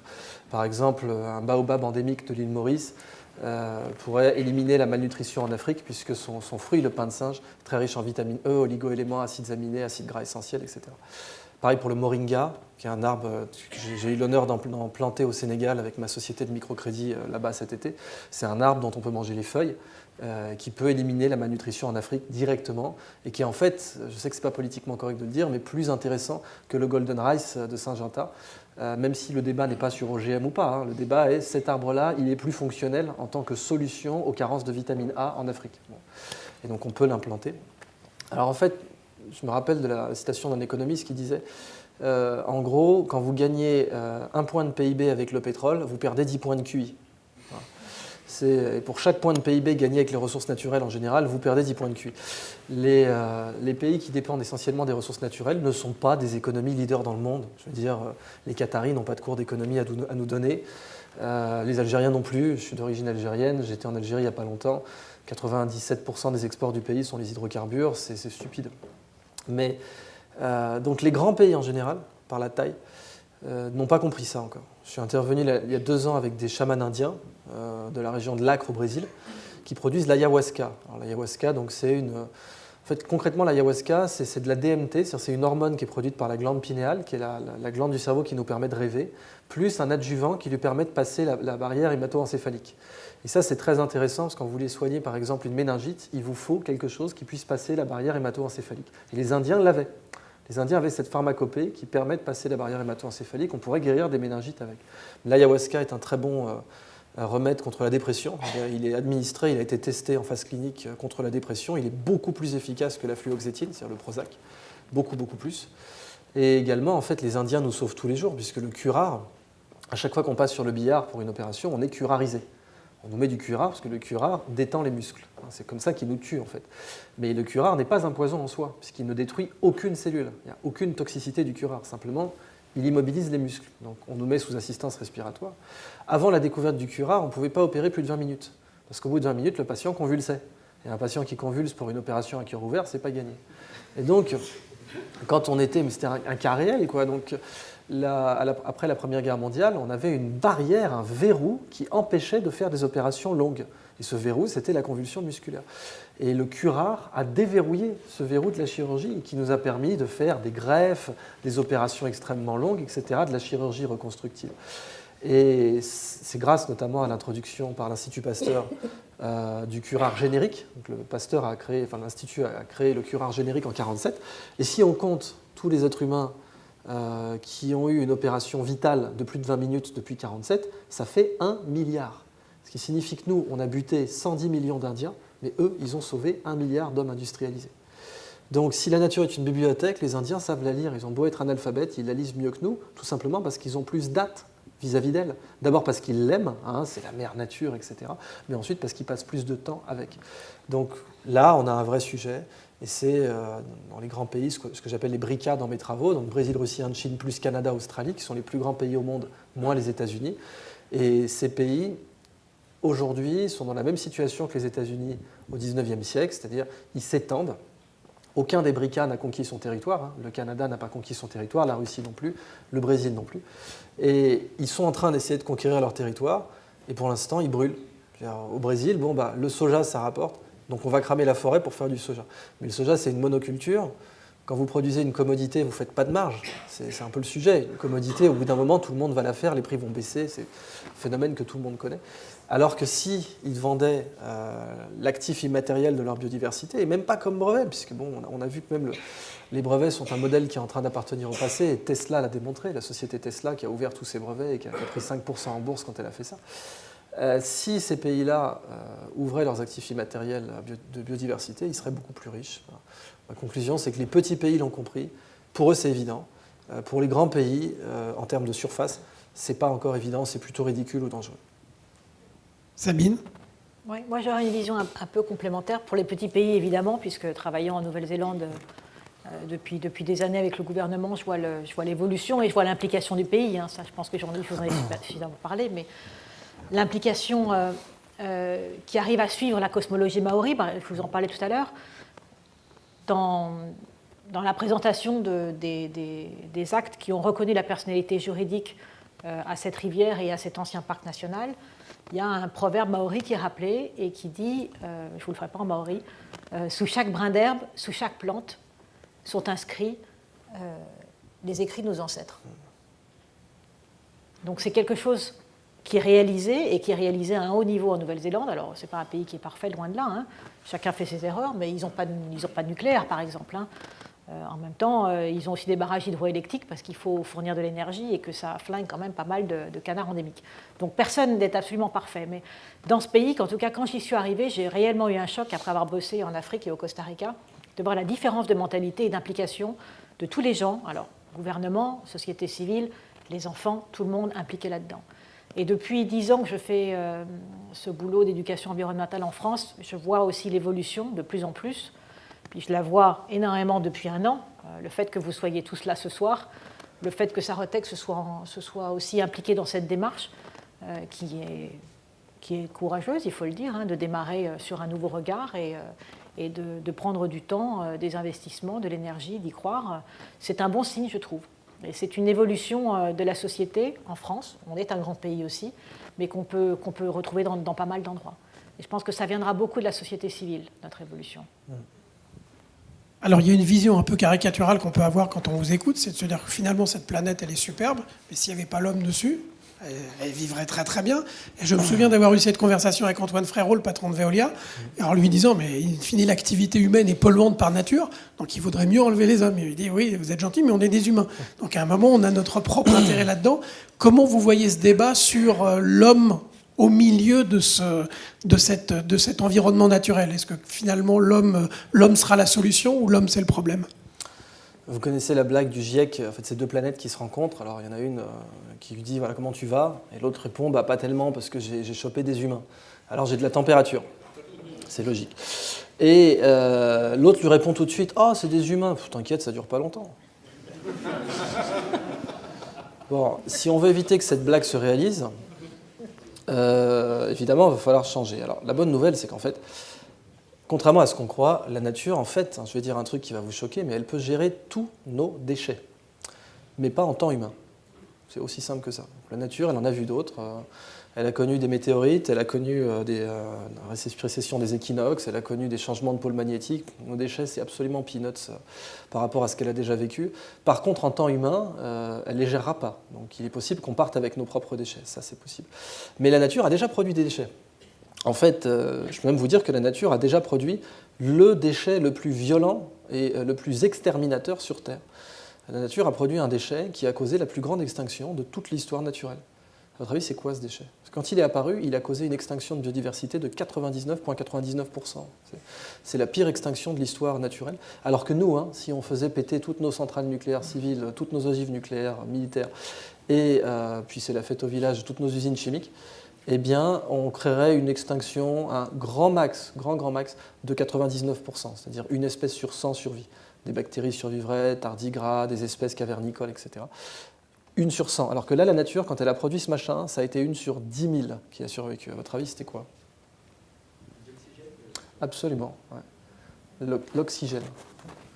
Le dioxygène, comme son nom l'indique, ça oxyde. Et il n'y avait pas d'antioxydants à l'époque. La vie existait sur Terre depuis 600 millions d'années. 600 millions d'années, c'est 10 fois la distance qui nous sépare des dinosaures. C'est toute l'histoire des angiospermes, c'est-à-dire les plantes à fleurs, sur lesquelles toute l'agriculture repose, de la vanille jusqu'au blé. Et 600 millions d'années d'évolution rayées de la carte quand l'oxygène est apparu sur Terre. C'est un phénomène géologique qui s'appelle la grande oxygénation. Et voilà, il n'y avait aucun antioxydant. Donc les autres espèces qui produisaient de l'énergie autrement, parce qu'évidemment, il n'y a pas que la respiration pour produire de l'énergie, sont toutes mortes. Et c'est la plus grande extinction. Or, c'est grâce à l'oxygène que la Terre est bleue. C'est-à-dire que les océans sont encore plus bleus quand il y a de l'oxygène dissous dedans, et la couche d'ozone apparaît bleue parce qu'elle diffracte du bleu dans notre direction. Et c'est grâce à l'oxygène que la Terre est verte. Donc en fait, en même temps, si la Terre est belle, c'est grâce non pas à un polluant, mais au pire de tous les polluants jamais créés sur Terre. Parce que la nature, elle transforme toujours les déchets en opportunités. Et nous, on ne sait pas encore faire ça. Donc quand vous voyez une plante verte, vous voyez un truc reposant, mignon, mais en fait, la nature, elle voit une usine cancérigène. Parce qu'une plante, ça fait de la photosynthèse, et la photosynthèse produit des éléments ultra cancérigènes qu'on appelle les radicaux libres de l'oxygène. C'est-à-dire des bouts de molécules qui vont s'attacher à d'autres molécules et qui vont détruire l'ADN. L'ADN déteste l'oxygène. ADN, ça veut dire acide désoxyribonucléique. Désoxy, c'est parce que pour être stable, il a besoin de ne pas avoir d'oxygène à côté de lui. C'est pour ça qu'il est enfermé dans un noyau chez les espèces eucaryotes. Eh bien, les plantes en produisent des tonnes de radicaux libres de l'oxygène, et elles s'y exposent en permanence. Et cette exposition prolongée à des cancérigènes a forcé les plantes à développer les meilleurs antioxydants. Le ginkgo biloba, pourquoi on le prescrit en infusion en lutte contre le vieillissement? Parce que c'est une source d'antioxydants excellent, parce que le ginkgo biloba fait de la photosynthèse. Donc la nature, la leçon qu'elle nous donne, c'est déchets plus connaissance égale richesse. Et ça, si on l'applique à notre économie, on va arriver dans un monde où les déchets appartiendront au musée. C'est-à-dire qu'à la prochaine fois que vous voudrez voir un déchet, il faudra emmener vos enfants au musée. Oh regarde, papa, une canette de croc. On n'y est pas encore, c'est ridicule. Ça pourra devenir évident un jour. Sabine, l'homme solution au problème? L'homme a la solution. Laquelle? Celle de suivre la nature, celle de suivre la voie qui lui est ouverte, toutes les réponses sont là. Donc celle d'avoir le même mode de fonctionnement, de recycler ses déchets, d'utiliser la même énergie. Par exemple, on montre souvent comme exemple l'évolution, le premier avion, le premier dessin de Léonard de Vinci, avec ses ailes, imitait un oiseau, et puis ensuite on passe au Concorde, qui imitait un fou, enfin le fou de Bassan. Ensuite on passe aux Airbus, qui imitent les faucons ou les aigles, enfin les faucons pèlerins les plus rapides, avec les ailes qui se relèvent. Moi, ce que je rêverais de voir, c'est quelque chose qui imiterait les albatros royaux, qui peuvent voler pendant 46 jours sans se poser et sans battre des ailes, qui peuvent faire en 46 jours 22 500 km. C'est Solar Impulse. Sans l'énergie solaire, simplement sur les courants d'air. Voilà. On a toutes les solutions, et il y a tout ce mouvement de biomimétisme qui est absolument passionnant, qui se développent aussi en France, doucement, parce qu'on n'est pas toujours aussi rapide.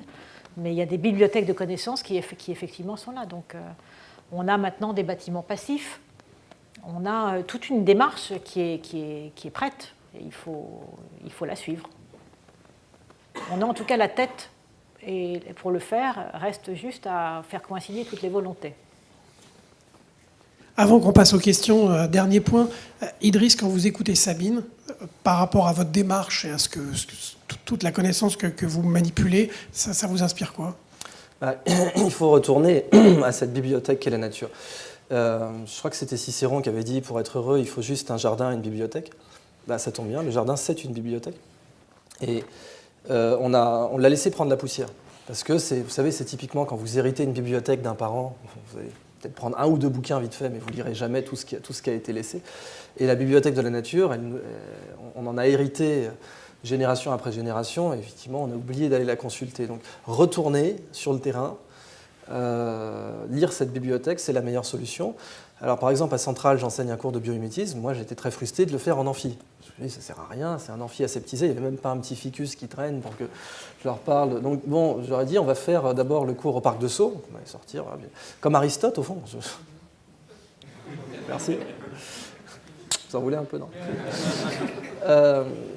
Puis lui, il enseignait dans la nature, c'est-à-dire que c'était les 5 sens. Pourquoi ? Parce qu'en fait, le bon enseignement, et ça c'est aussi une leçon du biomimétisme, il est multicanal. Le cerveau, il aime bien apprendre avec tous les sens. La leçon de classe où on écoute le prof parler juste avec l'ouïe, c'est pas fait. Enfin, le cerveau, il n'apprend pas comme ça. La chasse, pendant la préhistoire, c'était tous les sens. Il y avait de l'odorat, de l'ouïe, de la motricité, de la projection dans le futur. C'est comme ça que le cerveau, il apprend. Et c'est pour ça qu'Aristote disait à ses élèves, voilà, pour bien connaître cet arbre, vous allez faire crisser les feuilles, vous allez les entendre. C'est important que vous ayez un contact aussi avec la bestiole. Et j'ai commencé par ça. Après, je les ai emmenés à l'aquarium de la Porte Dorée. Bon, c'est mon petit truc. Finalement, là, j'ai tellement l'air d'un con par rapport à tout ce que tu as montré. Mais justement, ça va faire le raccord avec Sabine. Tu voulais pas leur parler des éléphants ? Vite fait. Merci Idriss. Parce que non, mais c'est une histoire. C'est lui qui a. Ils ont bien répété leur coup quand même. Tout à fait. Ouais. Non, mais chez nous, c'est inné. Il y a un petit côté. Je ne vais pas finir cette vanne en fait. Tu racontes l'histoire des éléphants et je leur raconte d'où ça vient, la natte Stanford par exemple. Non, c'est pas ça que tu voulais faire ? Ça te fait penser à Stanford quand tu vois ça, toi ? Bah oui, justement. Ouais. Alors Sabine, quel est c'est le quoi lien entre cet éléphant et Stanford ? Sabine, c'est moi, quoi cette histoire des éléphants ? Ce qui éléphants ? m'intéresse, c'est. Je voulais vous parler des éléphants, parce que les éléphants, évidemment, c'est. Il y a tellement de choses à raconter en biomimétisme, mais Idriss va le faire super bien, donc moi je me contente de l'histoire. J'étais à Amboseli, qui est un parc national au Kenya, au pied du Kilimandjaro. Et on était allé là-bas pour faire des éléphants, donc on vivait en brousse, on était avec eux, sauf que cette fois-là, il s'est passé un truc bizarre, c'est qu'il y a des milliers d'éléphants qui sont arrivés.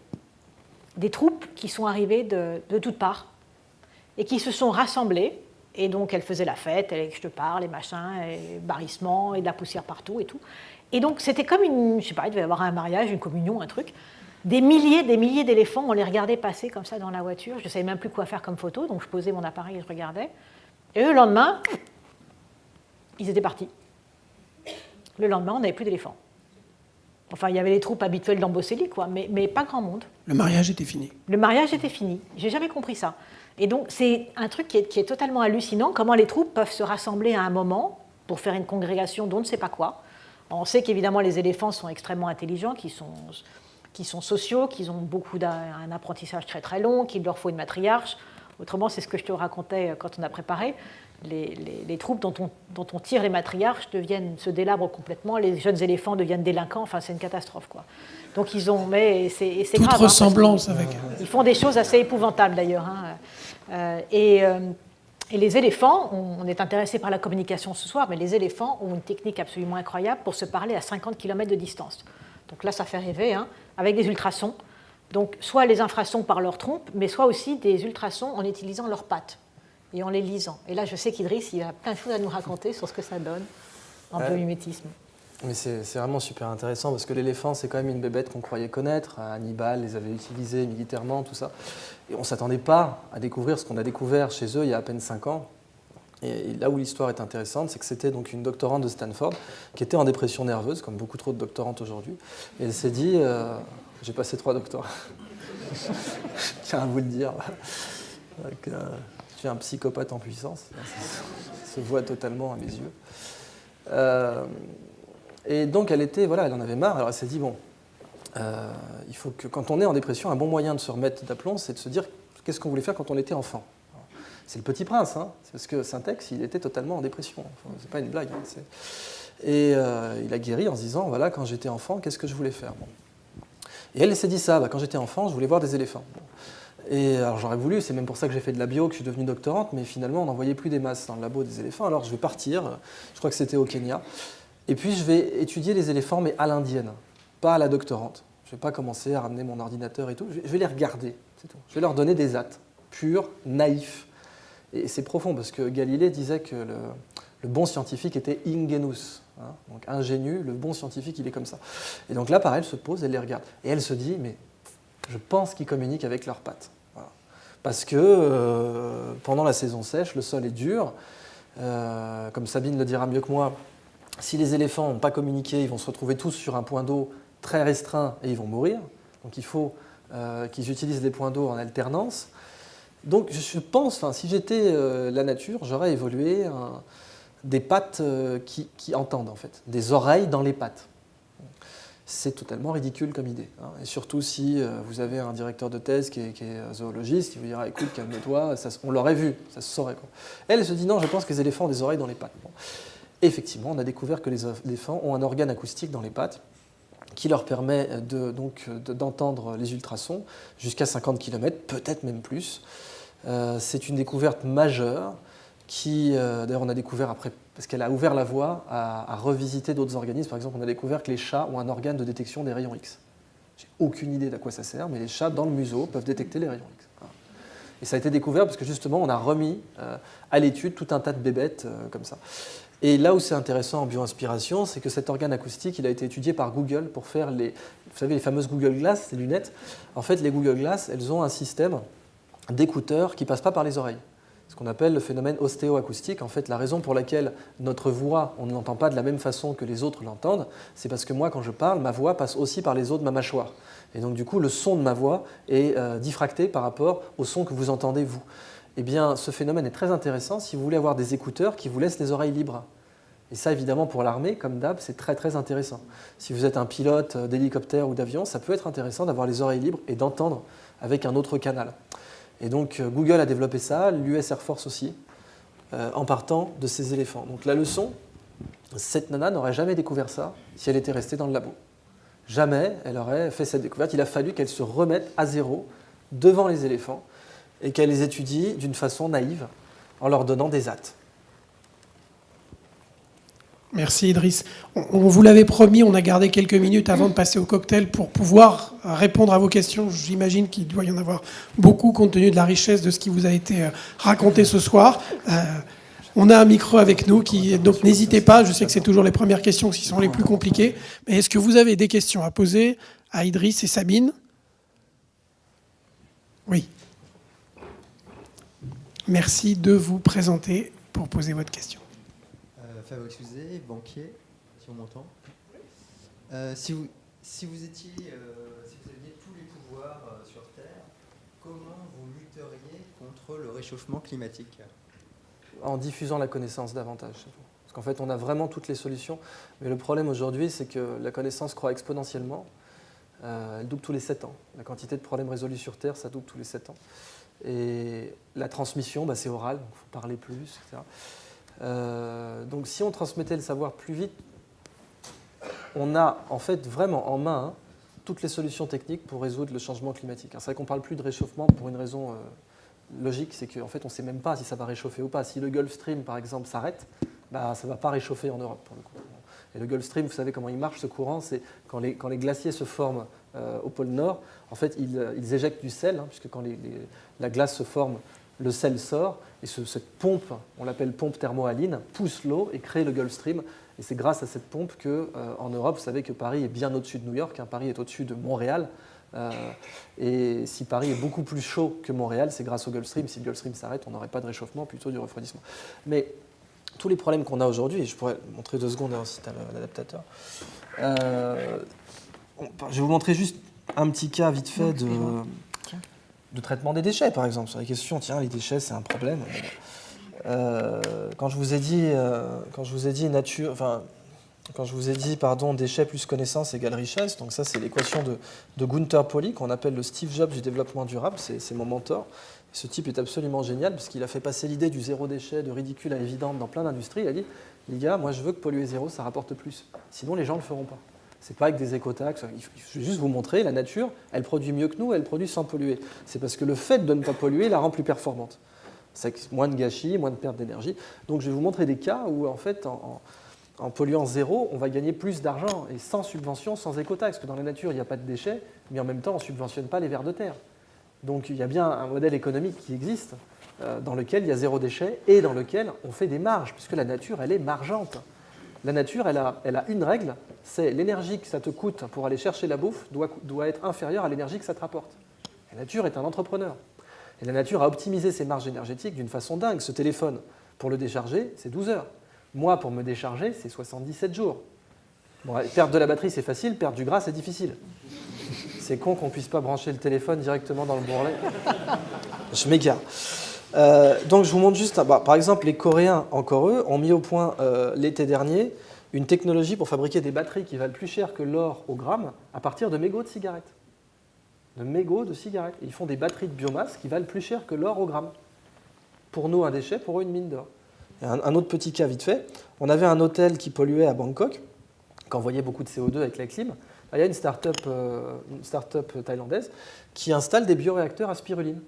Spiruline, l'algue la plus chère du monde, superfood, anticancéreux, antidiabétique, antihypertenseur. Je plaisante pas, c'est des vraies données biomédicales, là. C'est pas juste une idée lancée. Et c'est depuis les années 60 qu'on le sait en plus. Il la cultive sur le toit, elle capture le CO2. Ensuite, ils la revendent à l'hôtel directement. On ne peut pas faire plus court comme circuit.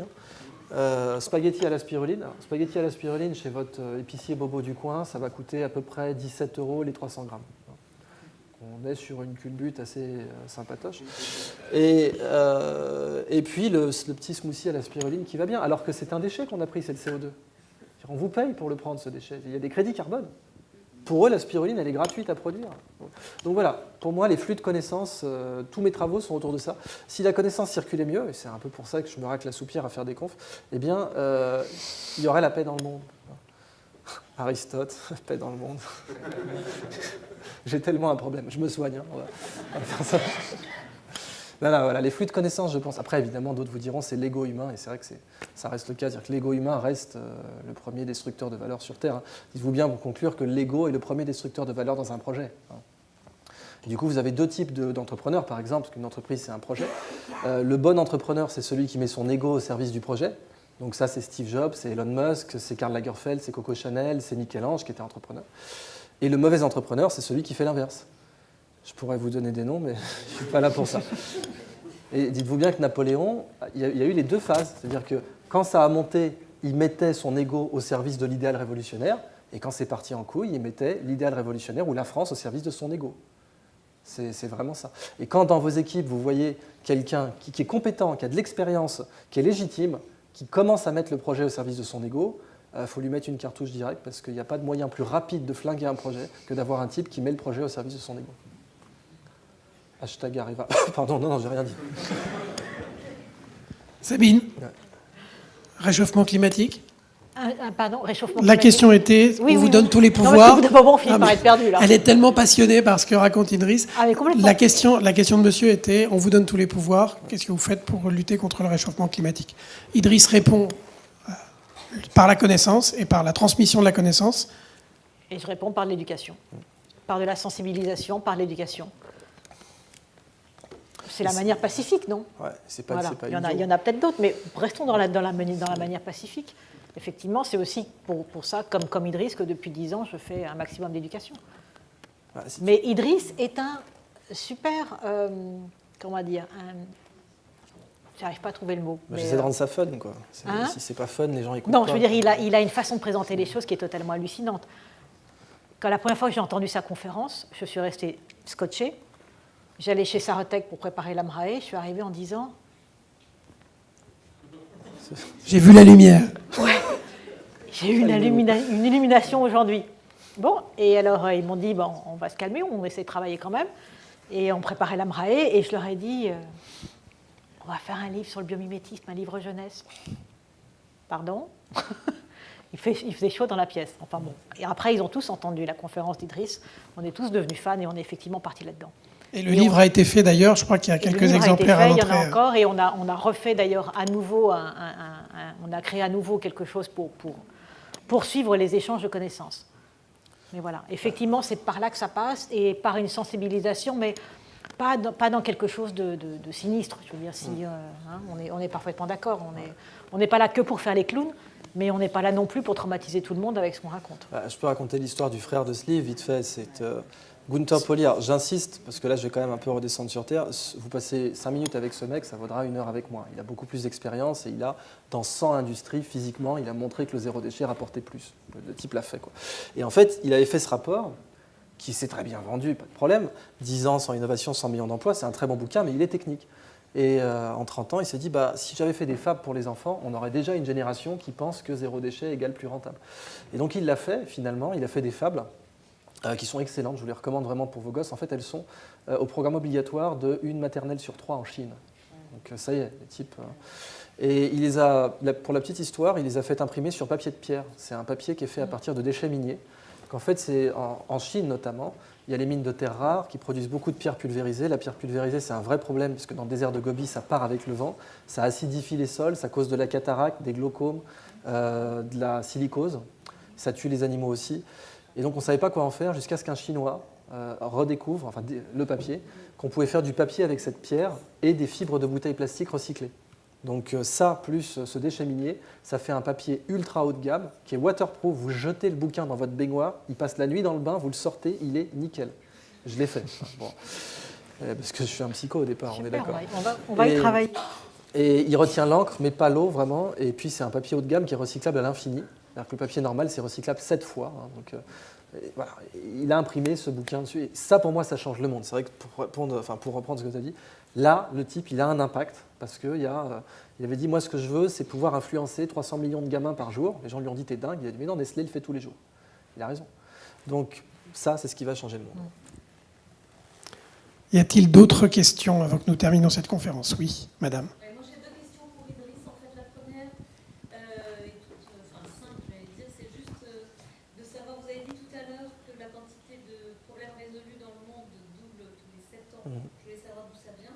Et la deuxième question, on a compris comment Sabine a acquis et continue d'acquérir ses connaissances. Mais vous, comment vous faites? D'accord. Alors, donc la quantité de problèmes résolus, c'est en fait une sorte de benchmark qui est fait dans toutes les industries confondues. Alors le temps de doublement des publications scientifiques, c'est 5 ans, mais une publication scientifique ne résout pas forcément un problème, loin de là. En fait, on considère aujourd'hui que l'intervalle de confiance est entre 5 et 9 ans. Voilà. Donc c'est pour ça qu'on l'a centré sur 7. Et dans certaines industries, c'est plus court, dans certaines industries, c'est plus long. Ça donne la quantité de connaissances, ça ne donne pas la qualité. C'est-à-dire que dans cette liste, savoir guérir le sida, c'est peut-être 10 problèmes résolus. Savoir fabriquer une Tesla, c'est peut-être 110 problèmes résolus. Donc on n'a pas la profondeur du problème, on n'a que la quantité brute. Mais en quantité, on peut dire effectivement que la connaissance mondiale double tous les 7 ans, ce qui signifie que dans une scolarité obligatoire, un élève va voir la connaissance mondiale doubler 2 fois, multipliée par 4. C'est pour ça que Wikipédia fonctionne, parce que l'Encyclopédia Universalis, c'est un business model qui ne pouvait pas marcher dans un monde pareil. Vous ne pouvez pas quadrupler votre nombre de volumes à chaque réédition. Et en fait, moi, ma solution, c'est le jeu. C'est fun. Bon. Pour moi, la connaissance, ça se mange. Vous savez qu'on appelle c'est ce que je dis dans mon livre, là, Libérer votre cerveau, qui sort bientôt. Pas cher, disponible en précommande sur Amazon. Et il y a un petit journal français qui s'appelle Le Point qui va en parler d'ailleurs. Qui a un bon éditorialiste, je crois. Ouais, il se démerde bien, question éditoriale. Et en fait, on dit que notre système digestif, c'est notre deuxième cerveau. Parce que c'est la partie du corps qui possède le plus de neurones après le premier cerveau. Et la façon normale d'absorber du contenu pour le deuxième cerveau, c'est le plaisir. Personne ne va dire « Ah non, manger encore, non. » Et la connaissance, ça devrait être pareil. Le premier cerveau, il aime naturellement apprendre. Les enfants posent des questions, pourquoi le ciel est bleu, pourquoi les arbres sont verts. Le cerveau, il aime naturellement apprendre jusqu'à ce qu'on arrive dans l'école, qui repose sur le business model du gavage au départ. Il y a un programme, tu dois l'avaler, qu'il pleuve, qu'il vente ou qu'il neige, c'est la réalité. Notre école vient de la révolution industrielle, donc elle devait être prévisible et conforme. C'est ça le plus important. L'épanouissement des élèves n'était pas l'objectif comme à la Renaissance. L'objectif, c'était de pouvoir sortir un nombre d'élèves conformes avec des notes AAA. Si tu as fait Lix, tu es mieux payé que si tu as fait Centrale, qui est mieux payé que si tu as fait Supélec, etc. Et donc il y a tout ce label qualité, du label rouge jusqu'au... voilà. Et ça, c'est l'école industrielle. Bon, elle a un énorme avantage, elle est démocratique, mais elle a un énorme inconvénient, elle n'est pas ergonomique. Et le jeu, par contre, est très ergonomique parce que le jeu n'est pas obligatoire. Et donc, il doit lutter à la force du poignet, trouver les parts de cerveau humain disponibles, comme disait l'autre. Et ça a fait que les jeux sont devenus très ergonomiques. Donc, à chaque fois qu'on gamifie la connaissance, qu'on la ludifie, on la fluidifie. Et donc, un exemple que je peux citer, entre autres, c'est une mère de famille à Montréal qui voulait apprendre la classification périodique à ses enfants. Elle a eu une idée toute bête. Elle a fait une bataille navale dessus. Elle leur a dit, au lieu de faire une grille de bataille navale normale, vous allez faire une grille de bataille navale sur la classification périodique. Après 5 jours, les gamins de 7 ans connaissaient tous les actinides lents et la physique nucléaire et les différences. Au lieu de dire A8, B5, ils disaient Neptunium, Uranium 235. Et boum, et le prof de physique était sur le cul. Mais comment ils ont appris ça ? Ah, j'ai utilisé une autre méthode que de leur dire prends le bouquin, apprends ça par cœur, c'est sûr.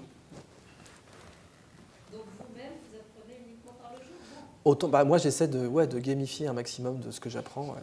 C'est comme ça que ça s'appelle, gamifier, c'est un terme consacré. C'est vrai que les Québécois disent ludifier, parce que ils disent magasiner en même temps, on n'est pas obligé de faire tout ce qu'ils disent. Mais je fais tellement par partir vivant s'il y a un Québécois dans cette salle. Voilà, bon, mais ça fluidifie le jeu. J'ai dit que la connaissance est supérieure au pétrole. Si la connaissance c'est le nouveau pétrole, Facebook le prouve, Facebook vaut 3,3 fois Total en bourse. Facebook créé en 2004, Total créé en 1924. Apple, plus riche que le Qatar, etc. Donc si la connaissance est plus chère que le pétrole, si la connaissance c'est le nouveau pétrole, le jeu vidéo c'est le nouveau pipeline. Ridicule. Y aurait-il une dernière question avant que nous concluions cette... Sabine voulait peut-être répondre, non ? Non, c'est pas moi qu'on interrogeait. Moi, j'écoute, j'apprécie. Sauf si Sabine a une opinion sur comment Idriss apprend. Y a-t-il une dernière question avant que nous concluions cette fantastique soirée ? Non ? Ah si, tout de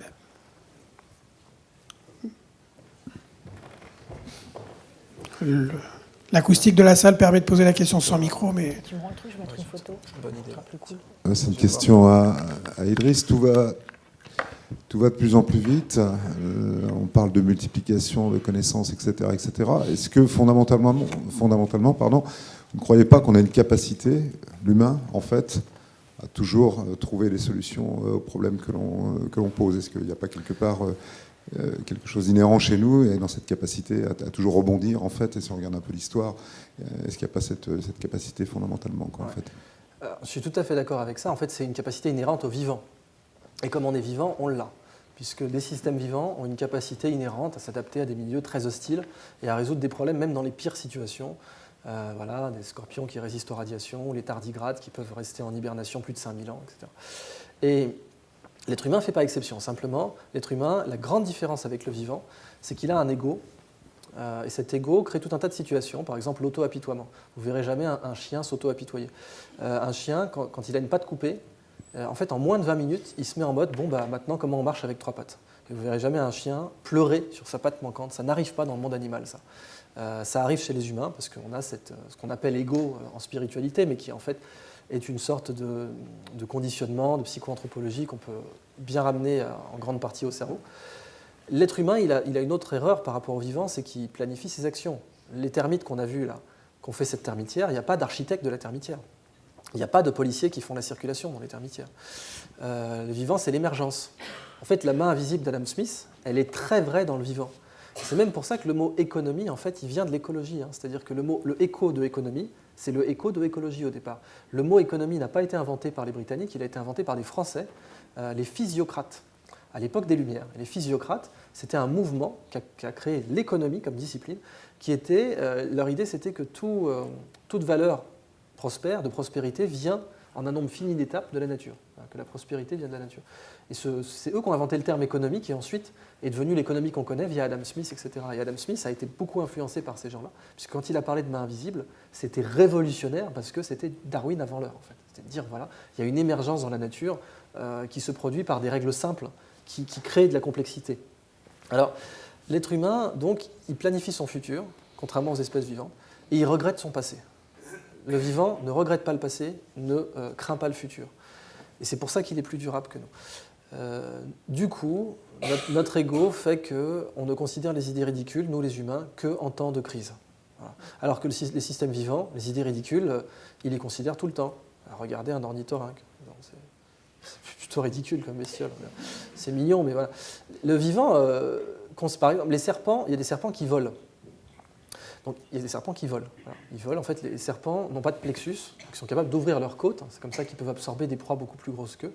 Et en écartant les côtes, il y a des serpents en Thaïlande qui peuvent planer sur 150 mètres. Donc, imaginez un conseil d'administration. Alors, bon, Serpent Incorporated, j'ai une idée de fonctionnalité pour Serpent Incorporated, le vol. Non, là, en COMEX, ça passe pas. Alors que la nature, si. Bah ouais, pourquoi pas, tiens, on va essayer. Bon, bah, si ça marche, ça marche. Si ça marche pas, ça marche pas. Ça, c'est la grande différence entre l'organisation de la nature et l'organisation humaine.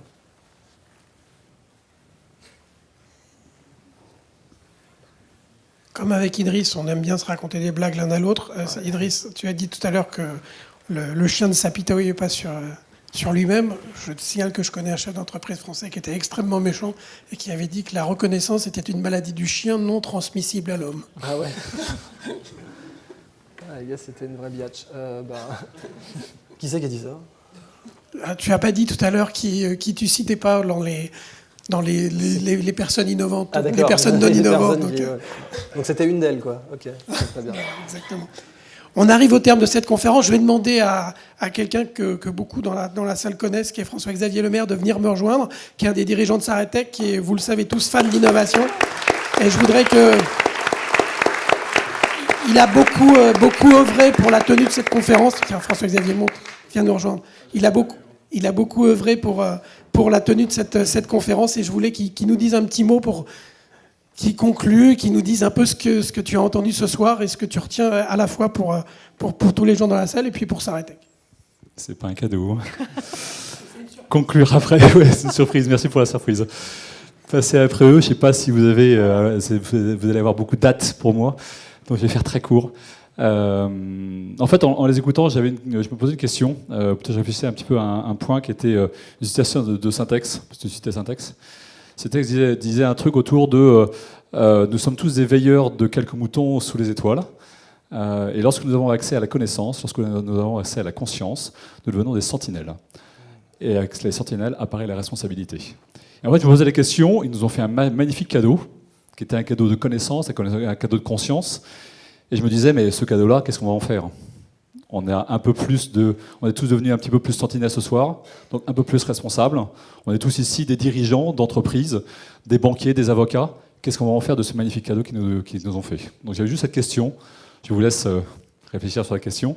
Je voulais juste terminer par deux remerciements. Remerciements évidemment à vous d'être venus ici et d'avoir pris un peu de ce temps pour partager avec nous cet autre regard.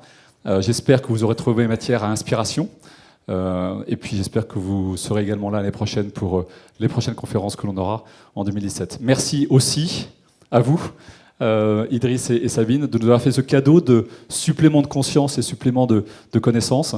Je pense que nous avons tous été ici passionnés, interpellés par le cœur et l'esprit que vous y avez mis. Merci à tous. Je vous propose de retourner pour l'autre thème.